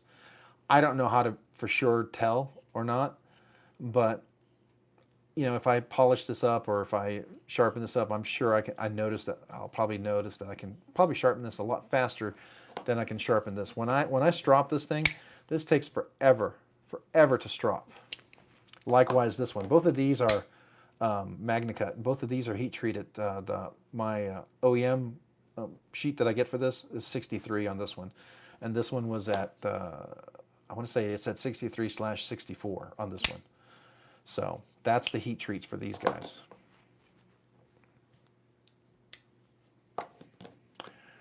Let's see here. You can get a Counter-Strike 232 at Knife Center, 20 CV, G10 aluminum with removable glass breaker. Oh, that's cool. Yeah, so the Hogue Counter-Strike is really nice too. That is another really nice knife. I like that. And I did not know the glass breaker is removable. That is really cool, Michael. Thank you for pointing that out. I think that really is something I wish I had known when I was looking at it before, but that's super cool. Oh, we got somebody joining tonight. Hey, Juvon's, welcome. Juvon Knifelix, welcome tonight. Appreciate you joining us. Let's see here. Can I go to your channel? All right. So yeah. So Javon Knifelix. All right. Yeah, definitely. All right. So I'm going to go ahead and do this real quick because I want to. I always like to when you have somebody that comes from another channel, and especially someone who has a channel. I want to go ahead and put Javon's. If you haven't had a chance, go check out Javon's channel. Um, Anybody that's here tonight, please go check it out. Go watch a video. If you do decide to subscribe and you aren't subscribed already, which I suspect maybe most of you already are, because um, you know, I am subscribed now, and I've watched your videos. Why am I not subscribed to your channel? I don't understand that. I have watched several of your videos, and I'm not subscribed. That's really weird. Okay. Uh, that's one of those things where I must have just watched a bunch of your videos and I never subscribed. But I am subscribed now for sure. Absolutely. And if you haven't, please go check them out and subscribe. Watch a video if you haven't. At least watch it for a little bit so the subscription sticks, right? But thanks for joining, man. I really appreciate it. Really appreciate you guys all being here. Yeah. So, yeah, he does. Absolutely. I have watched I know several of his videos for a fact. So I do know that. Yeah. I mean, it's very distinct channel. And I know you've got a brand that just sticks out, you know, I like that. I really do. I think that's cool. So I'm just going to say that. I think it's cool. All right. Yeah, YouTube drop subs. You know, I actually, I've seen that. I've seen it where, so the way I read on the algorithm is that if we like, raid a channel or something, maybe at some point, someday this channel will be big enough, we can raid somebody, right? But we will raid as much as we can. We will raid with however many of us will go, right? But when we raid, if you go in there and you've never subscribed, if you just go and subscribe and you click on the video and then you close it really quick, the algorithm will actually go through and sweep, and they'll think that you got lured into clicking on a link to subscribe that you didn't really mean to and you left. And so it'll assume that you didn't mean to subscribe and it'll just clear it out. So there's that. So that's sometimes how those algorithms work. So that's why it's always good to like watch a full video or a couple of shorts or something like that. All right, so what's this Benchmade Mini Osborne? Is this the Gold Series Osborne? Yeah, the Gold Series Osborne. I think they still have this for sale on White Mountain Knives, don't they? And I don't know if this one qualifies. I thought this one might qualify for the 10% discount. So if it does, you can use RNK10 for 10% off of White Mountain Knives for any of you guys who are here. But I think I want to check. At least when I checked a while ago, I don't know if they took away the 10% off on that one, but I thought they still had it. I'm going to go look. All right, so I'm doing Benchmade Osborne. And that is that the 945? Yeah, 945. -221. There it is. All right. No, it's out of stock though. Yeah. But they did have it for a while. And if you were there, you could have gotten some 10% off. That's a really nice knife. I've heard good things about it, Rocky. I've actually heard people who like it. So if you're a big Benchmade fan, you like Damasteel, you like the Arctic, the fat carbon Arctic Storm fat carbon fiber fat carbon scales, it's really cool. It's nice blue anodization. It's supposed to be, since it's part of the Gold Series, it's going to kind of have that custom shop feel where everything's supposed to come right out, be smooth as butter and lined up and really well tuned. So that's what I've heard. I don't know if anybody else has had different experiences, but typically the Benchmade Gold Series stuff, yeah, it would be rare for them to release something like that hasn't really had a little QC quality check on there and make sure it comes out looking really awesome. Oh, you do own it. Well, so you tell me, what do you think about it?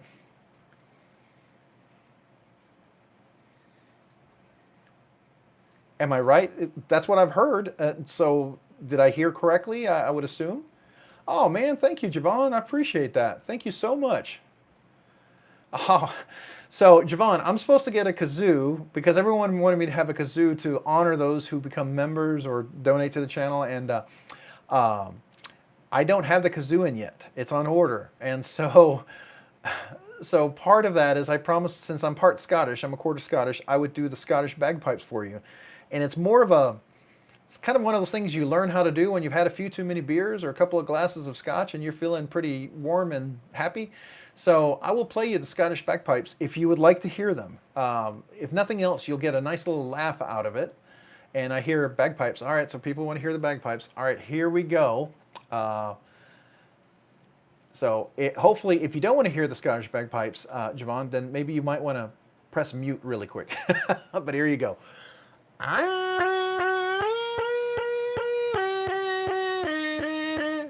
There you go. And you know what? It's a lot more entertaining if you've had a couple of beers or had a couple of glasses of scotch. I'll tell you, it's really, you laugh a whole lot more. And I probably sound better too. I need a bagpipes emoji. Oh yeah, you know what? Now with all the people who have joined as members, I get to add a few more emojis. So I will absolutely do that. Oh, Javon, thank you, man. Oh my gosh. All right. I definitely need a that kazoo, but no harm, no foul. Love your content, man. I appreciate it, man. Thank you so much. I appreciate that. Would you like the second playing of the bagpipes? I'm not going to sing any, Scottish stuff, but I will play the bagpipes for you one more time if you would like, because that is awesome. Thank you. I am humbled and appreciative and blown away by that. So thank you very much. Oh, did it just get more Scottish in here? Yeah, I did that as a joke, and lo and behold, it's stuck, huh? So here we go. All right, so one more time. Man, I appreciate it. One more time on the Scottish bagpipes for you. If you would like to have them, Javon, I do not want to deprive you of the laughter and amusement of me attempting to play the Scottish bagpipes with what used to be just probably a too many beers game. I'll go broke here all night. All right, here we go.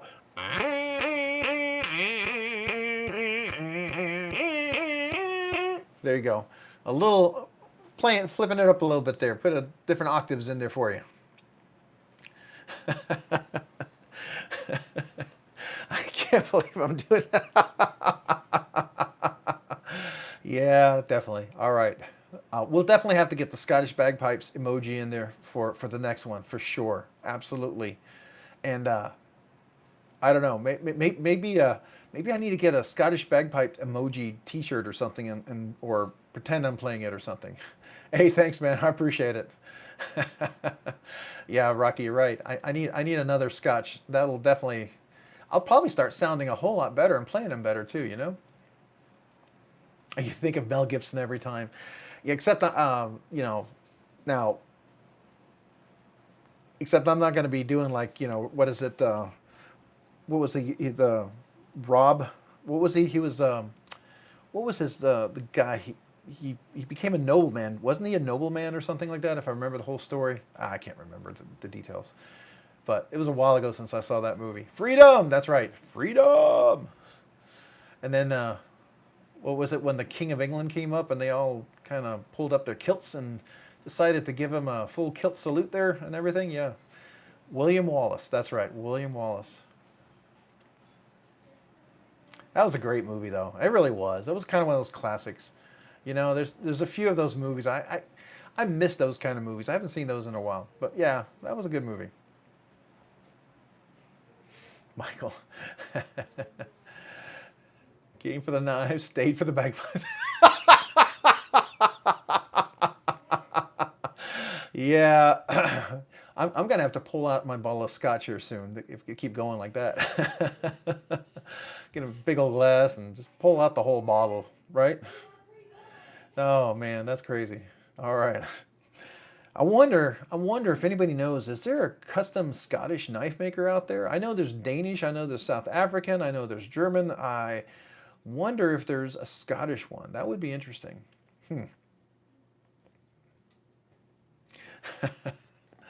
That's cool though.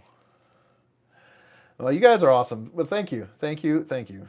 You guys kind of blow me away there, so I really do appreciate that. All right. Going to get myself Law's Burden. Oh, that sounds nice. Yeah, that's a really nice bourbon. I bet that's smooth. Now, is that full cask strength, or is that going to be a? It's going to be a little. Do you cut that with ice, or do you just do it straight out? And do you have a bourbon glass where you get to smell it first? Has to be a Scottish maker. Ah, I do have Scottish makers. I like, well, my favorite whiskey is Scotch whiskey. Now I have a couple American-made whiskeys, like I have Buffalo Trace, Buffalo Trace, Buffalo Trail. Really like that one. But I have McLaren, I have Aberfeldies, I have what else do I have? Macallan. I have, yeah, I've got a few over there that I really enjoy. Those are my favorites. I drink them because I enjoy the taste. Got to get a Skindoo. Oh, a Skindoo. Now, a Skindoo? What is a Skindoo? Has to be a Scottish maker. What's a Skindoo? Is that like is a Scottish knife or something, or is it a drink or what? Now you got me. I don't know what a Skindoo is. That's cool. I'm gonna look that up. Oh. That's interesting. Oh, you can buy them on Etsy too, by the way. Apparently, all right, so here, if you want to go to Etsy, these are Skindoos that they make. It's a Celtic Scottish sort of weapon. That's interesting. All right. Well, how about that? I didn't know that. I feel like I should have one in my collection, right? I'm gonna have to try to hunt one down now. It's a Scottish kilt dagger. That's cool. I learned something new today, so thank you, Mind and Milton. I appreciate that. Or Michael Sawyer, I believe it was it Michael who said that? Who said that? Michael, yep, Michael said that. Yeah, cool. Oh, those are cool. Yeah, they are cool, aren't they? Do I have one of those Scottish wool sweaters? I don't have a Scottish wool sweater, but I actually have a family crest. So I have had friends who thought they were Scottish, and they go online and find out what their crest is. And I had a buddy who actually got a crest and put the tattoo on his back. And it turns out that the crest itself was some real generic crest thing. It wasn't really truly his family crest, and it turned out to be kind of like you go to this website and they'll give you that crest for everybody. But we actually have a crest in our family. We're part of the Gordon clan. We came out of the Gordon clan. We're not Gordons, but we're part of the Gordon clan. We're the Galatleys, and so that's kind of how we got related to that. So that's kind of interesting. And it's actually Galatly, if you want to say it correctly. It's Galatly. So, anyways, yeah. Yeah, tramp chest on. Yeah, I couldn't believe he did that. I was like, man, you got to be real sure about that. And we actually have it's a real crest. Now, when you look at the crest, it's not really fancy. It looks like we were probably hunters in the forest, getting food for the king or something. I guess, I don't know. It's not a real fancy crest, but it's a legitimate ancient crest that wasn't been in the family, and so I can actually say that's truly is a crest. And when you look at it, you can say, yeah, that really is a crest, because it's not super cool or awesome, and it's kind of anticlimactic when you really look at it, to be quite honest with you. And I guess that's more of a representative of our family, but there you go. I think it's kind of cool. But I wonder if there's any other Now, there's a few of these. I don't know if you saw these. Like, look at this. I mean, you look at this pewter, silver, and some of these. I mean, they look really extravagant. So I'm sure some of these are pretty crazy. Yeah. So, anyways, talking about other things, the other one is, is anybody a fan of the Caviezel Ray Laconico keen knife? They dropped the mini keen this week, if you're interested. I like that. It's a small knife. Definitely a great little knife to give away if you want somebody to have a small knife, or if you want a small, discreet carry. I like that, and I always like these because I can reverse flick them with my middle finger, right? Because it's nice flat grinds, very easy to flick, and being it's a sand wash, it's got nice texture and easy to work with, both right and lefty. It's kind of a cool knife. Yeah, Ray, what I like about Ray, for some people it's too simple and it's kind of boring. I get it. I get it. But I like some of the simplicity that works, right? When the simplicity works in a flow and a design that I like, I enjoy that. And for me, the Keen has some aesthetic appeal to me, especially because it has multiple deployments. For some people, they'll look at this and they'll think it's just a simple flipper. But my favorite way to deploy this knife is the middle finger flipping. Oops, I'm putting my finger on there. There we go. Yeah. It's hard to flick a knife when you have your finger on the blade. It doesn't really want to go out. That's interesting. Anyways. Hey, Matthew Russell, welcome. Hey, Dave C., welcome. Appreciate you joining. We are just here talking away, knives, having a good time, playing the Scottish bagpipes, talking about awesome USA knife manufacturers and great experiences people have had, and other crazy things. And also, we're talking about skeendoos, which is apparently a Scottish knife that they would carry in their kilts. I learned something new. I think that's really cool. Arkansas license plate. Oh, what we got here? Got another link here. Let's see here. Javon's. Oh yeah. Oh, we saw Javon's flicks right there. So if you haven't had a chance to check him out yet, Javon's flicks right there. He's joined us tonight. Please go check out his channel. By all means, he's got a lot of great content. And if you haven't already subscribed, which I suspect probably a lot of people have, but if you haven't, and you do subscribe, please make sure you watch a video or two. If you're going to watch some shorts, watch at least 2 full shorts, or at least watch a full video. Make sure the YouTube algorithm doesn't strip away the subscription.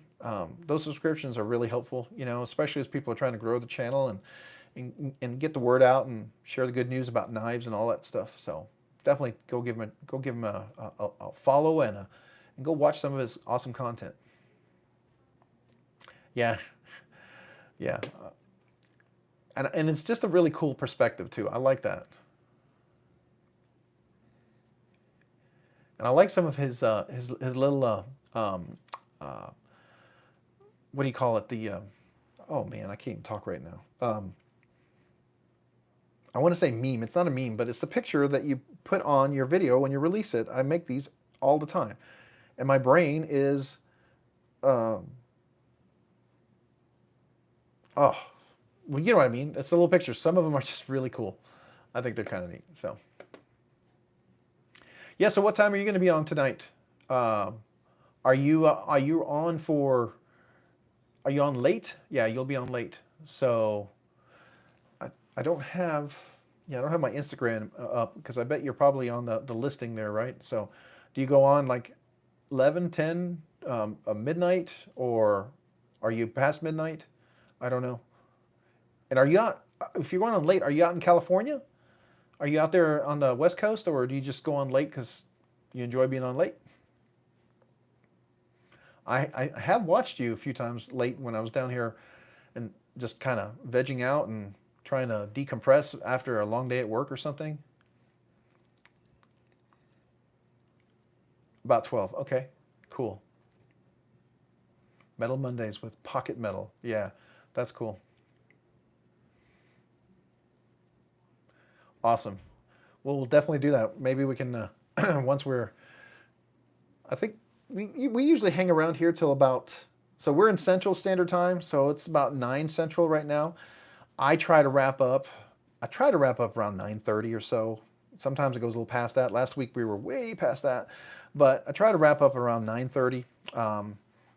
Usually I have to go get my son from work. He's working at a restaurant where he's saving up money for, well, car and for his, he's got a lamb that he shows for FFA. So he has a ewe that he's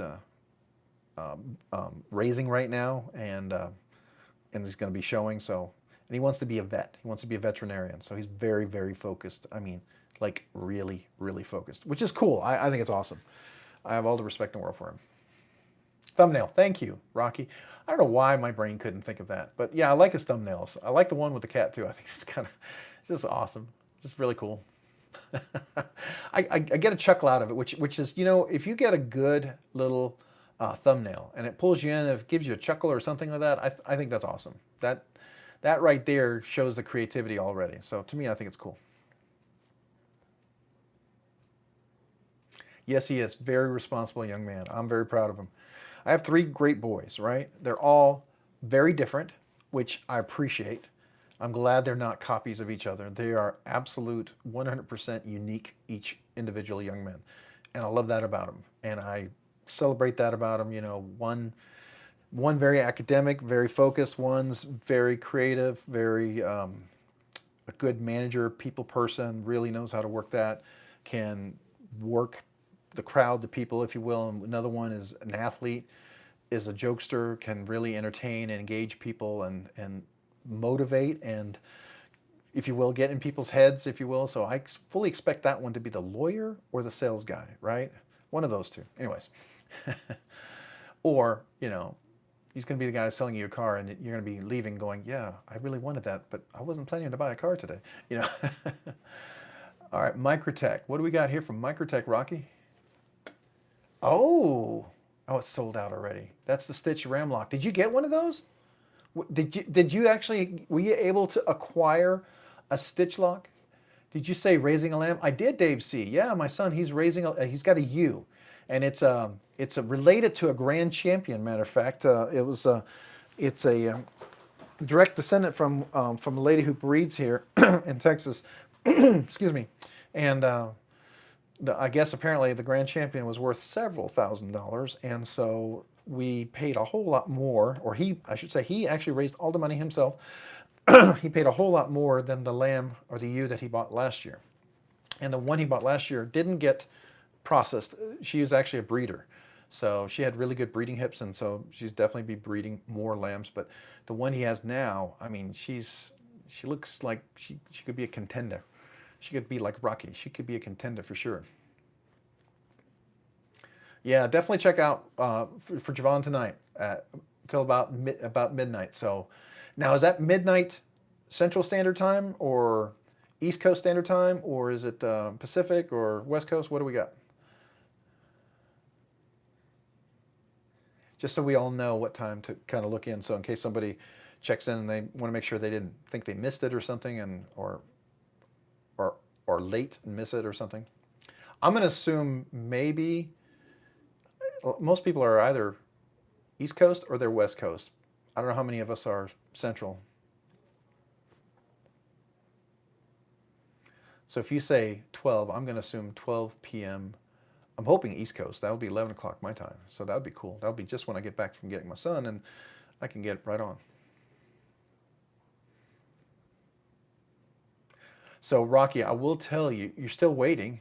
Oh, you're still waiting to get it. I thought maybe you were able to acquire that one. Central Time. Oh, awesome. That's perfect. Okay, that works awesome.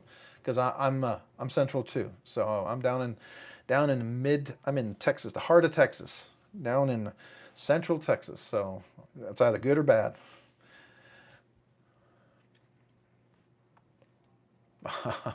Thank you for the emojis. I appreciate that, man. That's really awesome.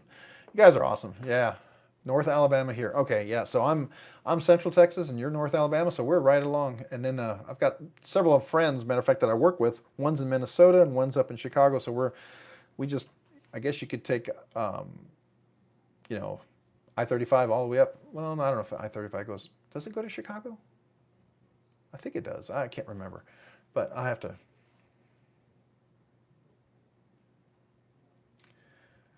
Love Texas. Yeah, I do too. I mean, I like Texas. And actually, I can't talk about the weather. Let's just say it's not been like last summer. So far, it's not been as bad as last summer. That's all I'm going to say. You're not allowed to speak of it, because then if it switches from, you know, like pseudo spring to, you know, burning furnace hot, then you're the reason why it happened. So let's just say it's not like last summer yet. Yeah, Texas is I will tell you that I have family over in Europe, right? And they always look at America, and they look at there's America, and then there's Texas, and they think America is 20 years behind, and then they think Texas is like 50 years behind, which I don't know why they would think that, but anyways, and then they always think everyone in Texas, we ride our horses to work. I mean, a lot of people have horses and a lot of people ride them, but not everybody rides them to work. That's, yeah, I mean, there are some who do, but not everybody.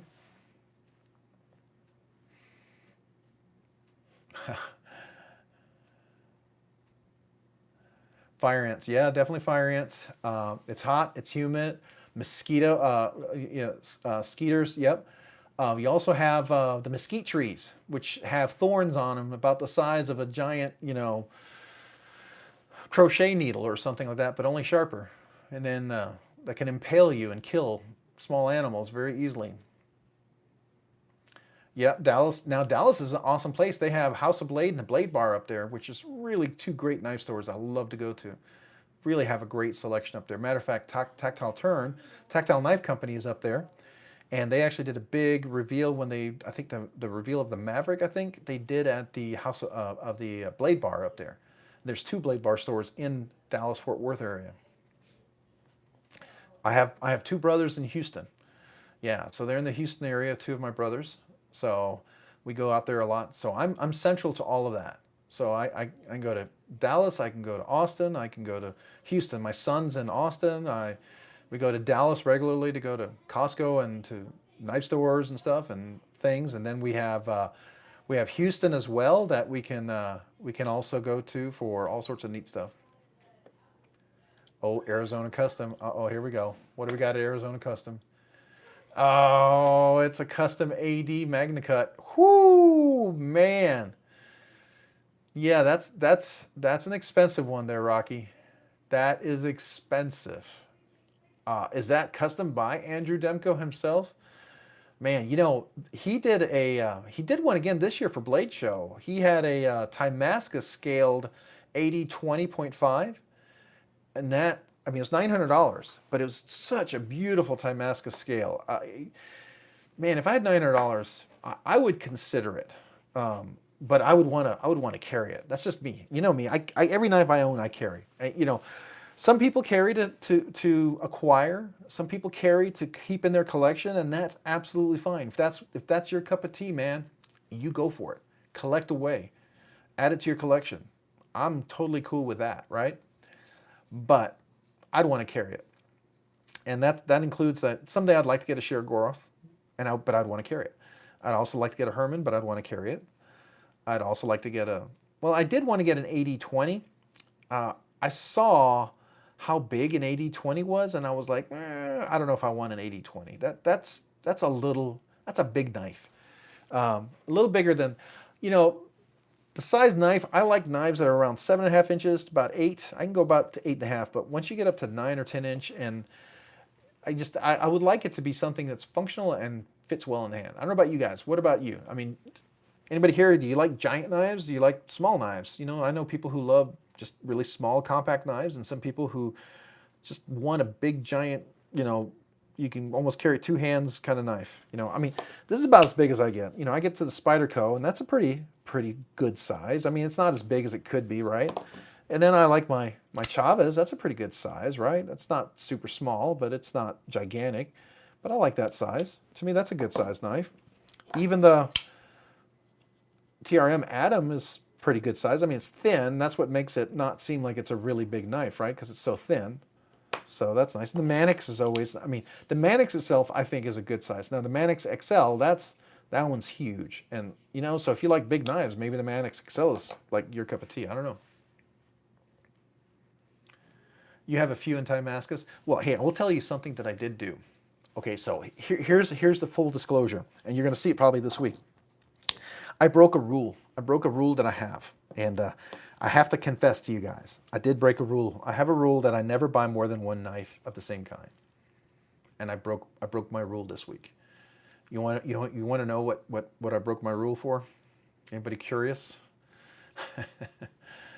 I'll kind of hint at it. I wonder if you guys can guess what it might be, what I broke my rule for.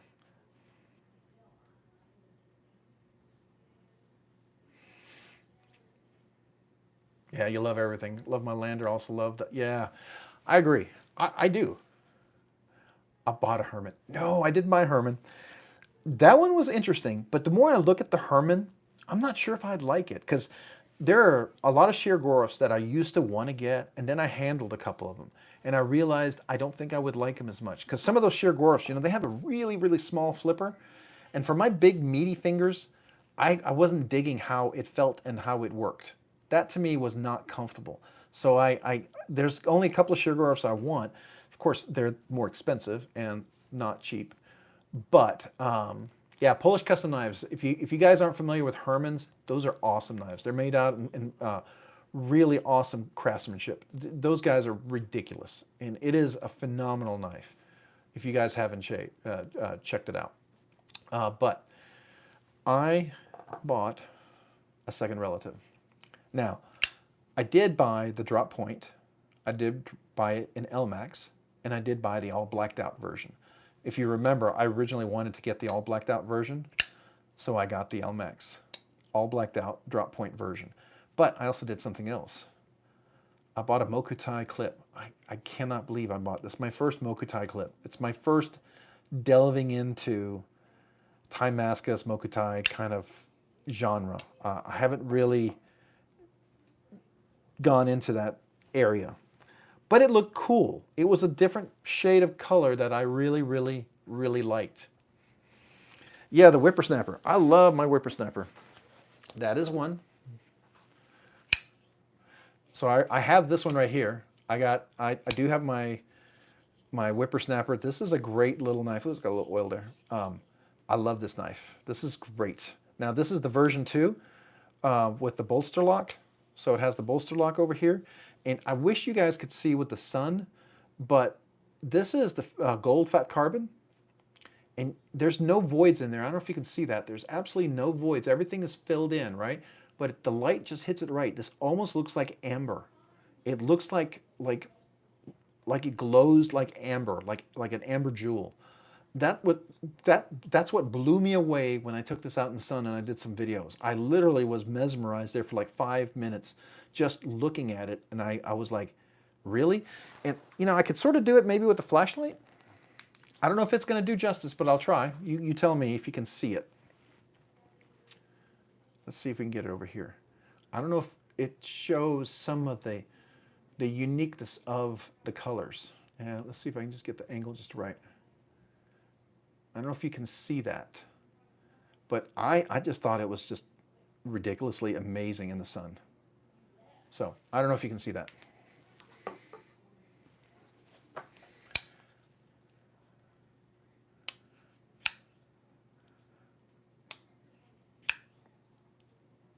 I'm just catching up on the topics here. So you bought a second whippersnapper. Oh man, what did you get? What did you get? During Blade Show, but online? Oh man. You're gonna be buying another one, Rocky. Now, Rocky, you have the Damasteel one, right? With the zirconium and all that stuff and the jewel. That's really fancy. But you wanted to get one you can be a user, right? This one for me is a user. Okay, I use this. I carry this. Now, do I go out and cut bark, branches and stuff in the yard with this one? No, I don't. Honestly, I don't. I'm not going to do that. Honestly, like this weekend I was working in the yard and I was carrying my little pony stout. And yeah, you can't even see it. It cleaned up really nice with the stone wash. So it had all sorts of stuff and scuff marks. I was cutting some twigs and branches and some things down, and some heavy weeds. I had to cut some down to the level because they were growing behind some bushes I didn't see. And so in the end, this cleaned up just really nicely. But I use this in the yard. This is like my kind of workhorse knife. And it just works great. Perfect little knife for what I need to do out there, especially when I'm doing like a real hard push cut. This works really great to cut into stuff. So, but I'm not going to do that with this one, but I will cut boxes, envelopes, letters, and everything. I love doing that. It's a great knife. What are you going to be buying, Rocky, for the second one?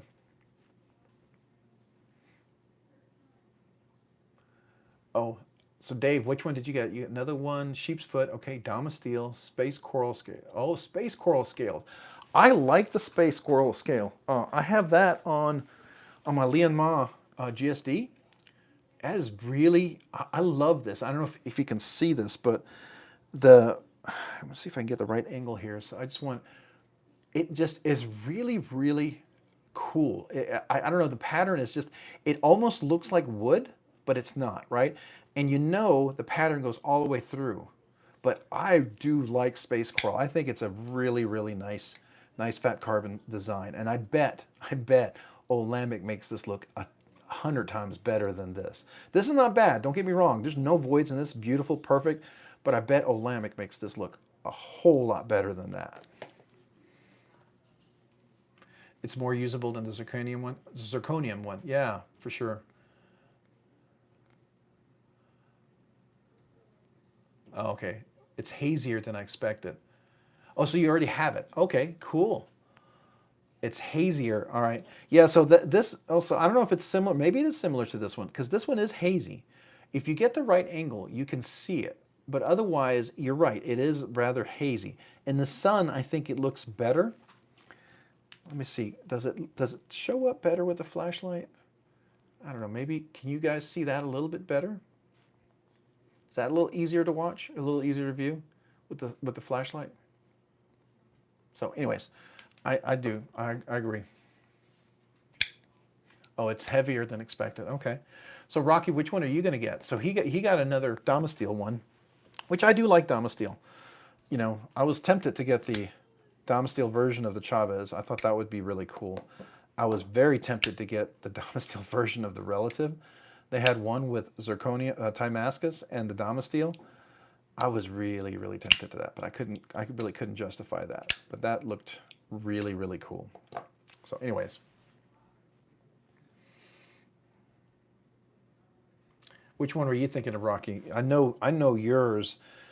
You showed me a picture of that. That one is still really, really cool. I like the idea of Damasteel scales with zirconium, the zirconium, I don't know what you want to call this, the liner, I guess it's zirconium liner, and then with the Damasteel blade on there, and then you have the zirconium jeweled inlays there. I think that's really nice. Okay, so you're waiting for a Timascus Damasteel combo. Do you have a preference in the blade? Are you okay with the CTX, what is it, CTS HX, or whatever what is the steel that they use? The other one they use, it's one that I know a lot of knife manufacturers really do like to use because it's really easy to work with. Let's see if I can find it. Yeah, XHP, that's what, XHP. So S90V, I wanted to get an S90V. I assume since it's Olamic, even though they get their stuff out of Italy, I assume that the heat treat here is really good. From what I can tell, from having to strop this steel, I would say that their heat treat is not bad. Matter of fact, I would say it's probably pretty good because it's a lot of work to strop this S90V steel, which I would expect, right? S90V should not be easy to strop. It should be a little challenging. Just like S110V steel is a little challenging to strop, right? I mean, you get a thinner blade edge or a longer blade edge, which is the thinner edge, makes it a little bit easier, but not a whole lot. And I will tell you, all the McNeese Magna Cuts that's a lot of work too, right? But then I have some that are not as hard to sharpen. So anytime you get S35 VN steel, that's relatively easy, right? And, you know, CJRB ARRP M9 steel, that's pretty easy to strop as well. So I do like, you know, those I find easier. Yeah, if you love sheepsfoot, go for sheepsfoot, man. Don't, you know, if your thing is sheepsfoot, get a sheepsfoot. That's what I would say. I like the Wharncliffe. I like this edge. It's almost like I know it's a Wharncliffe, but it's almost like a pseudo reverse Tanto modified Wharncliffe. And see, this is where I'm almost, if it wasn't for the way it was up here, this is almost a reverse Tanto because it's such a flat edge at the bottom, right? You know, typically, I don't know if all Wharncliffes, but maybe that's more of a sheepsfoot. But I don't know. I've seen a lot of what they call sheepsfoot Wharncliffe is usually they'll have a little bow at the bottom or a little curve. I don't know. It's not much. But I guess technically a Wharncliffe is usually flat. But I don't know. You have everyone will come in there and say something. Oh man, Rocky, thank you so much for donating another gift membership. Thank you, buddy. I really appreciate that. And Electric Buzz, congratulations. I guess I know what that means. It's time for the Scottish bagpipes again. So is everyone ready for the Scottish bagpipes in honor of the membership? Oh, here we go. All right, all right. So this is to Rocky and to you, Electric Buzz. So here we go.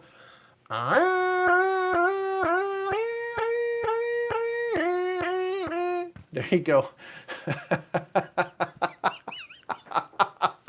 Yeah, I got to do an emoji with the bagpipes, right? I got to get an emoji with the bagpipes. Absolutely. So we'll have to work on that one for sure. Oh my goodness, I can't believe that. That's hilarious. Well, thank you, you guys. You guys are awesome. I appreciate that. Got to get that kazoo. Absolutely got to work on that one. That's hilarious. That is hilarious. Oh man. But yeah, I really, the other one that I wanted to, what was it that we were talking about what was that other Spyderco we talked about earlier? The Deviant? Is that what? No, it's not Deviant. It's the, you guys can help me out here. What was it called? Good thing I got earbuds. Ah, Chris. Oh, Chris, that's cruel. That's cruel but true. Cruel but true. You're right. You're so true but cruel. I'm sure. I'm sure. If you had cats in the house, they might be like turning up the ear, looking, and you might hear them kind of meow out. What is this? Is there a call of the wild somewhere, right? You could hear the cats perking up the ears and ready for the call. Maybe just they do their little crazy run through the house or something. The dog probably whimpers a little bit as he hears the bagpipes, and he's like, no, no, not again. Anyways, sorry, it's story time with Robert here, I guess. I don't know. But I was thinking what is it the Deviant? Is that the one that Spyderco was working on? And I think I just locked up my iPad here. Okay, here we go. I was trying to get into, it was is it the Deviant? Got to find that. Spyderco, where are we?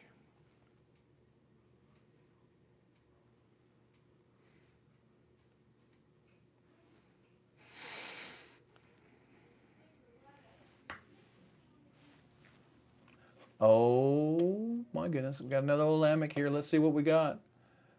Oh, okay, this is the custom link. Okay, yeah, so it doesn't have what your build is, but it looks like you could build it. Was that supposed to be a link to what you're looking to buy? Because it didn't show the build if you had already picked things out, unfortunately. Now it has a whole bunch available though. It has the Busker, which is the same guy who designed the Whippersnapper. He also did the Busker. People should have it. Yeah, agreed. Agreed. Definitely worth checking out. If you haven't checked out Olamic Custom, you can get some that are pre-done at the stores, or you can order your own, and you can add all sorts of stuff. And from my understanding, and you guys correct me, I thought I heard you guys say that you actually can upgrade some of your stuff on the knife you already have. You could add things to it or change things out. Now, do you have to send a knife in for them to do that? Or can you order the parts and then you can install it yourself? Like if I wanted to put a new backspacer in. So like let's say I wanted to, you talked about there was a rock version of this backspacer. Could I order that and get the piece and then put that in myself, or would they have to do it? Likewise, would they, I don't know what else, maybe if you wanted custom hardware or clip or something, if you wanted to get something that was maybe a different type of clip. How does that work? I think you guys were talking about that a few weeks ago, so I wasn't sure exactly if that's something, how that exactly works, because I've never done it. I was actually tempted to get the rock pattern backspacer for the McNeese one. I thought that might be really cool. That's when I was debating whether I should get the atomic wash, blue anodized, Lynch deep pocket carry clip, and then I was going to get the backspacer with the rock pattern. I thought it would look cool, but I don't know. I like this. I just like it like this. So I think I'm just going to keep it kind of simple to me, it's a much more enjoyable user knife.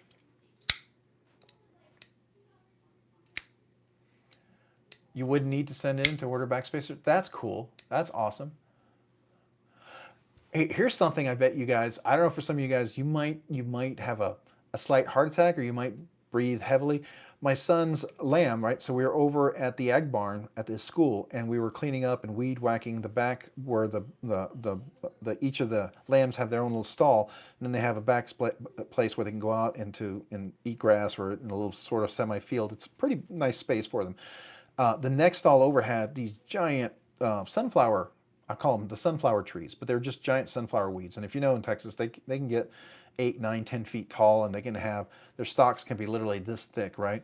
And so a weed whacker won't cut that down. And so I literally had my McNeese knife on here, this one, and I literally was chopping these trees with this knife and this blade.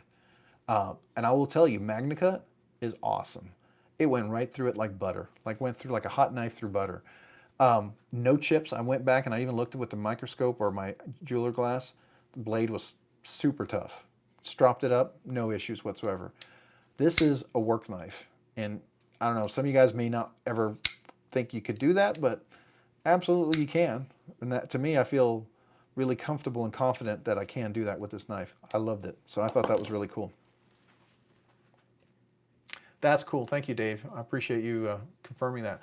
So see, I like that. I like that you can get stuff like that, because at some point, I don't know, I think it might be cool, because I mean, this is a dark kind of a titanium wash here on here. It's not, I know it's not zirconium, but it almost has a zirconium look, but you can see that bronze anodized like kind of flavor that's all around here. I think it would be cool, you know, maybe to change out the pivot or the screws at some point. I think that would be kind of cool. And if I do that, then I would probably change out the backspacer. And that I could see as a kind of a neat upgrade. And I bet they probably have like a Damasteel backspacer and probably a Damasteel pivot and pivot screw and stuff and pivot. I think that would be cool. I wonder if they have that. Yeah, it absolutely is. I was just surprised. I mean, not only is it like grail and beautiful and all this other stuff, and everything about this knife just, it works. I mean, you can see that this is its action out of the box, and the detent on here is snappy. It is just snappy. This is not, you know, if I really want it to, let's see if I can get it nice and loud. I don't know if you can hear that. I'll get to the microphone. I mean, you can really, and that's a reverse flick snap. It's nice and snappy, you know, really great little work knife. Yeah, I think the rock textures are kind of cool. Definitely. Well, guys, it's getting to be that time. It's 9:30 and I got to go get my son from work. So I'm going to have to probably wrap it up here. Man, this has been great. So I just wanted to recap everything, you know. Thank you to all the members that joined. I'm definitely going to get a bagpipes emoji going. We will definitely have the kazoo next time, because I have a feeling I'm going to be doing a lot of bagpipes, so I want to make sure I try to save that so I can keep talking, because I could see that being a thing. And I'm still blown away that we are now 97 subscribers away from the big 2K. And if we can hit it, if we get there before 2 weeks, then maybe we'll have the big giveaway at that point. But I'm thinking it's probably going to be more like 3 weeks, so we can build up to it a little bit, right? And but I'll definitely try to have something for a giveaway for next week. I try to do that every other week, and that would fall like right in line, right? If we do 3 weeks, then we'd have a giveaway next week. We'd have a week off, and then the next week after that would be the big giveaway. So I think that would work, right? Oh, you missed about the new Quiet Carry? Well, I will give you a quick recap if you're interested, if you don't mind. Oh, new sub. Oh, thank you. Quiet Carry sent this to me as a loaner to kind of review and unbox. And I got this like literally 30 minutes before the live stream. And I opened this. I'm going to drop the unboxing tomorrow because I'm so excited. I had a Drift before that was the smaller version. It was nice, and it had a finger choil, and it worked well. I just didn't carry it. For whatever reason, I just did not carry it. Thank you, Rocky Cordova. I really appreciate that so much. I appreciate you being a new sub. Man, I'm honored. Um, did you just join, Rocky? I think I just said I see sub. So, well, thank you. I'm honored that you're here. We got 2 Rockies here now. Man, that's awesome. So, and we got from Chef Rocky. Oh, that's cool, man. Um, but so real to wrap this up, they allowed me to kind of do an unboxing, and I thought I was going to get the blue one. This is the black one, and I believe this is DLC. This reminds me a lot of the Microtech Annex that had the DLC coating on there. Really, really nice. It's contoured completely all the way around. The shape of this is phenomenal, and this stimpling on the G10 is amazing. So I like Spyderco's. You know, they have their G10. It's pretty rough. It's got good texture. This is a whole different level. You put your hand on there, it's not moving anywhere, but it's not a shredder, right? It's not so rough that it's going to totally, sand your thumb off or something. But it gives you great texture. And the idea is this is a saltwater knife. It's LC200N, right? So it's LC200N blade steel for the knife. All the hardware, the pivot, and all the stuff, the seal insert, all that stuff, the screws, they're all going to be LC200N. So it's a super saltwater safe knife with titanium. And then this is G10. This just works really, really well. Now I've got medium, large hands, right? So my hands are large widthwise, medium lengthwise. So extra large, a double extra large, I think could fit this very comfortably, right? You could even possibly, if you were to try to choke up, maybe a little bit bigger. But if I spread my hands out, I've got a nice grip on here. Works really, really well. It's got even some jimping on here. Everything is so nicely done. And look at this action. No drop shut. And this is control drop. Come on. Of course. Let's do that again. I didn't want to shake it. Well, I'll do a little shake there. But, of course, and once I say control drop shut, it doesn't do it. There we go. But just the action is beautiful. This is right out of the box. And if you will, the washers are cage ceramic ball bearings, but they're inside nylon washers, which is, again, so you don't have the phosphorus bronze, being exposed and oxidizing with the salt water. So I think that's really, really cool. Really, really nice little knife. Definitely worth checking out. If you haven't had a chance to check this out yet, I would definitely go and check this knife out. I'm definitely going to be getting one of these for sure. I'm saddest part of this is I'm going to have to ship this one back, and I'm going to ask them as soon as I'm going to try to find out how soon till they're dropped and when they will be available, because I need to buy one. I do. I need to buy one. It's really good.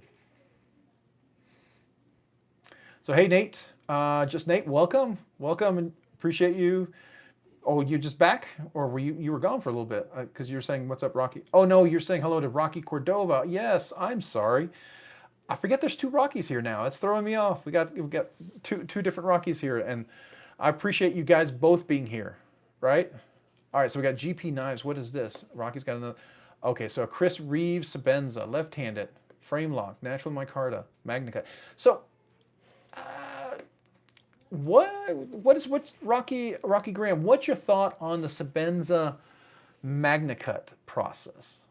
We'll have to wrap up here quickly, but what's your thought on the Sabenza magnicut process? Because I have heard, like, Rick Hinderer has made it very clear he's going to heat treat to 61 and that's it.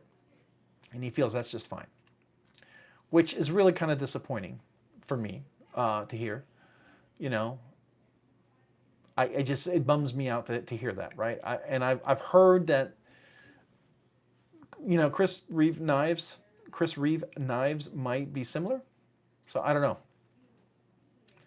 Hopefully I'm wrong, right? Hopefully I'm wrong. I'd like to be wrong on that. You ordered a blue one of the small Sabenza? Dave C., did you order a Sabenza? Is that what you're talking about? Oh, see, Chris Reed will do it right. See, that's what I was hoping. I was really hoping they would do it right, because I figure they're the ones that got, S35 VN steel, and then S45 VN steel. I mean, they had a big hand in some of those steels. And so to me, it's like, if you're going to go to that much trouble working on steels, you would want to make that magna cut to really work and get the best advantage out of it. I would feel that they would do that. Oh, a blue drift. So you got the blue drift. So did you order that? Those are still, are they for sale right now? Because I saw the black ones on there, but I wasn't sure if they were available yet or not. I need to go look, but like I said, I got this literally 30 minutes before the live feed, and I did my unboxing video super, super fast. I went out and did a quick short right before this, and then here you are. I'm still trying to figure out how to left flick, reverse flick it, because I know I got to hold it up a little bit higher because it's a shorter clip. Now, see, there you go. I knew it was right there. As soon as I get the feel for it, I just got to figure out what that is, and it's super simple once I get the feel for it. So, I had it before, so yeah, so it's right there, but I like the black one. I mean, I thought I was getting the blue one, so I was like, oh, okay, I'll do with the blue one. It's an interesting color, blah, blah. They sent me the black one, and I was like, really? Really? You sent me the black one, which this is the one I would want? I actually sent them an email too, and I said, really, you guys, you sent me the black one? How that's unfair, yet you would send something to me now that I do not want to send back to you, but I know I have to. When are you going to drop these? Because I want to get one. You're not on Instagram anymore, honestly? Yeah, Instagram for me, I literally have to block half the garbage on there. And no offense, I mean, if some of you guys get entertainment, that's fine.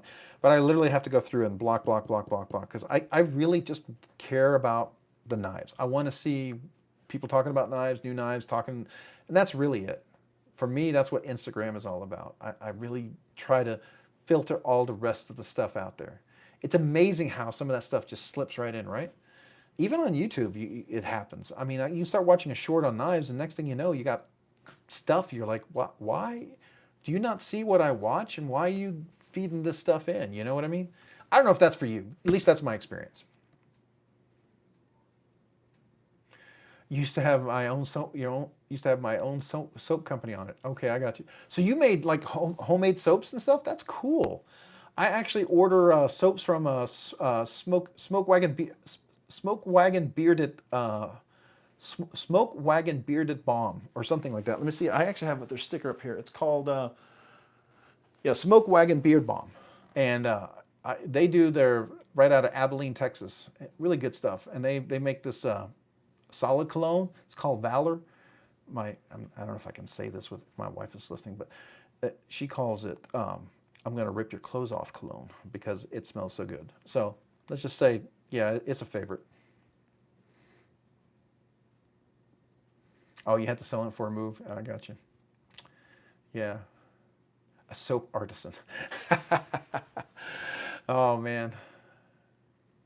So, I don't know if Rocky, do you have an Instagram account?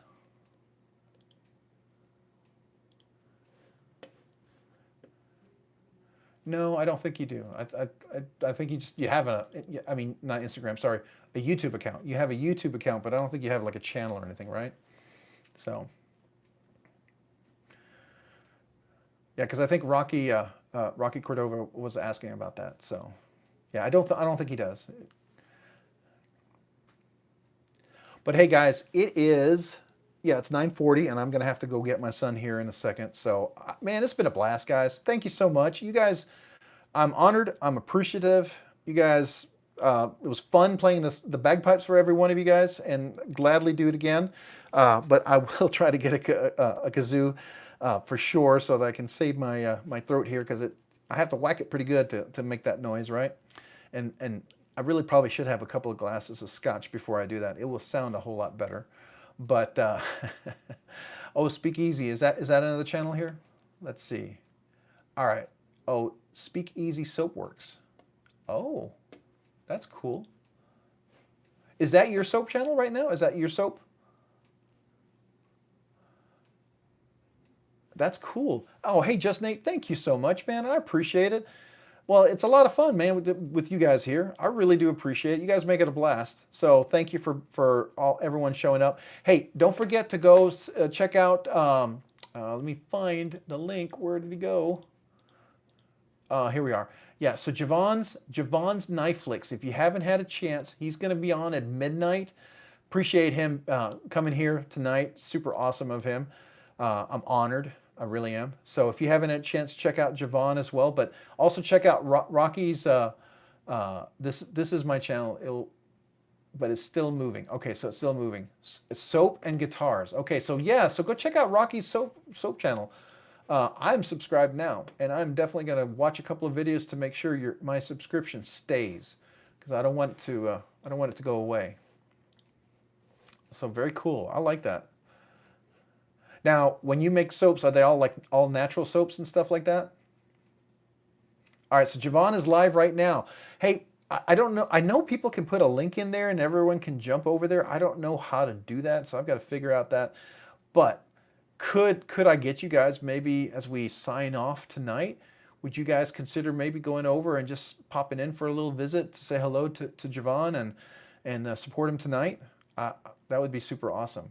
And of course, after you go to Sea Turtle, great guitar, or am I seeing that right? Speakeasy Soapworks. After you go to Speakeasy Soapworks, definitely go check that out first, and then go there. As natural as soap can be. That's awesome. Very cool. All right, guys. Hey, thanks so much again. I'm humbled. I appreciate it. Got good things coming this week. I'll drop that video for this unboxing tomorrow. I'm super excited about this one. You know, it was a lot of fun, but you guys made it a blast. So we will talk to you guys next Monday and throughout the week. Bye, everybody, and good night. You guys are awesome.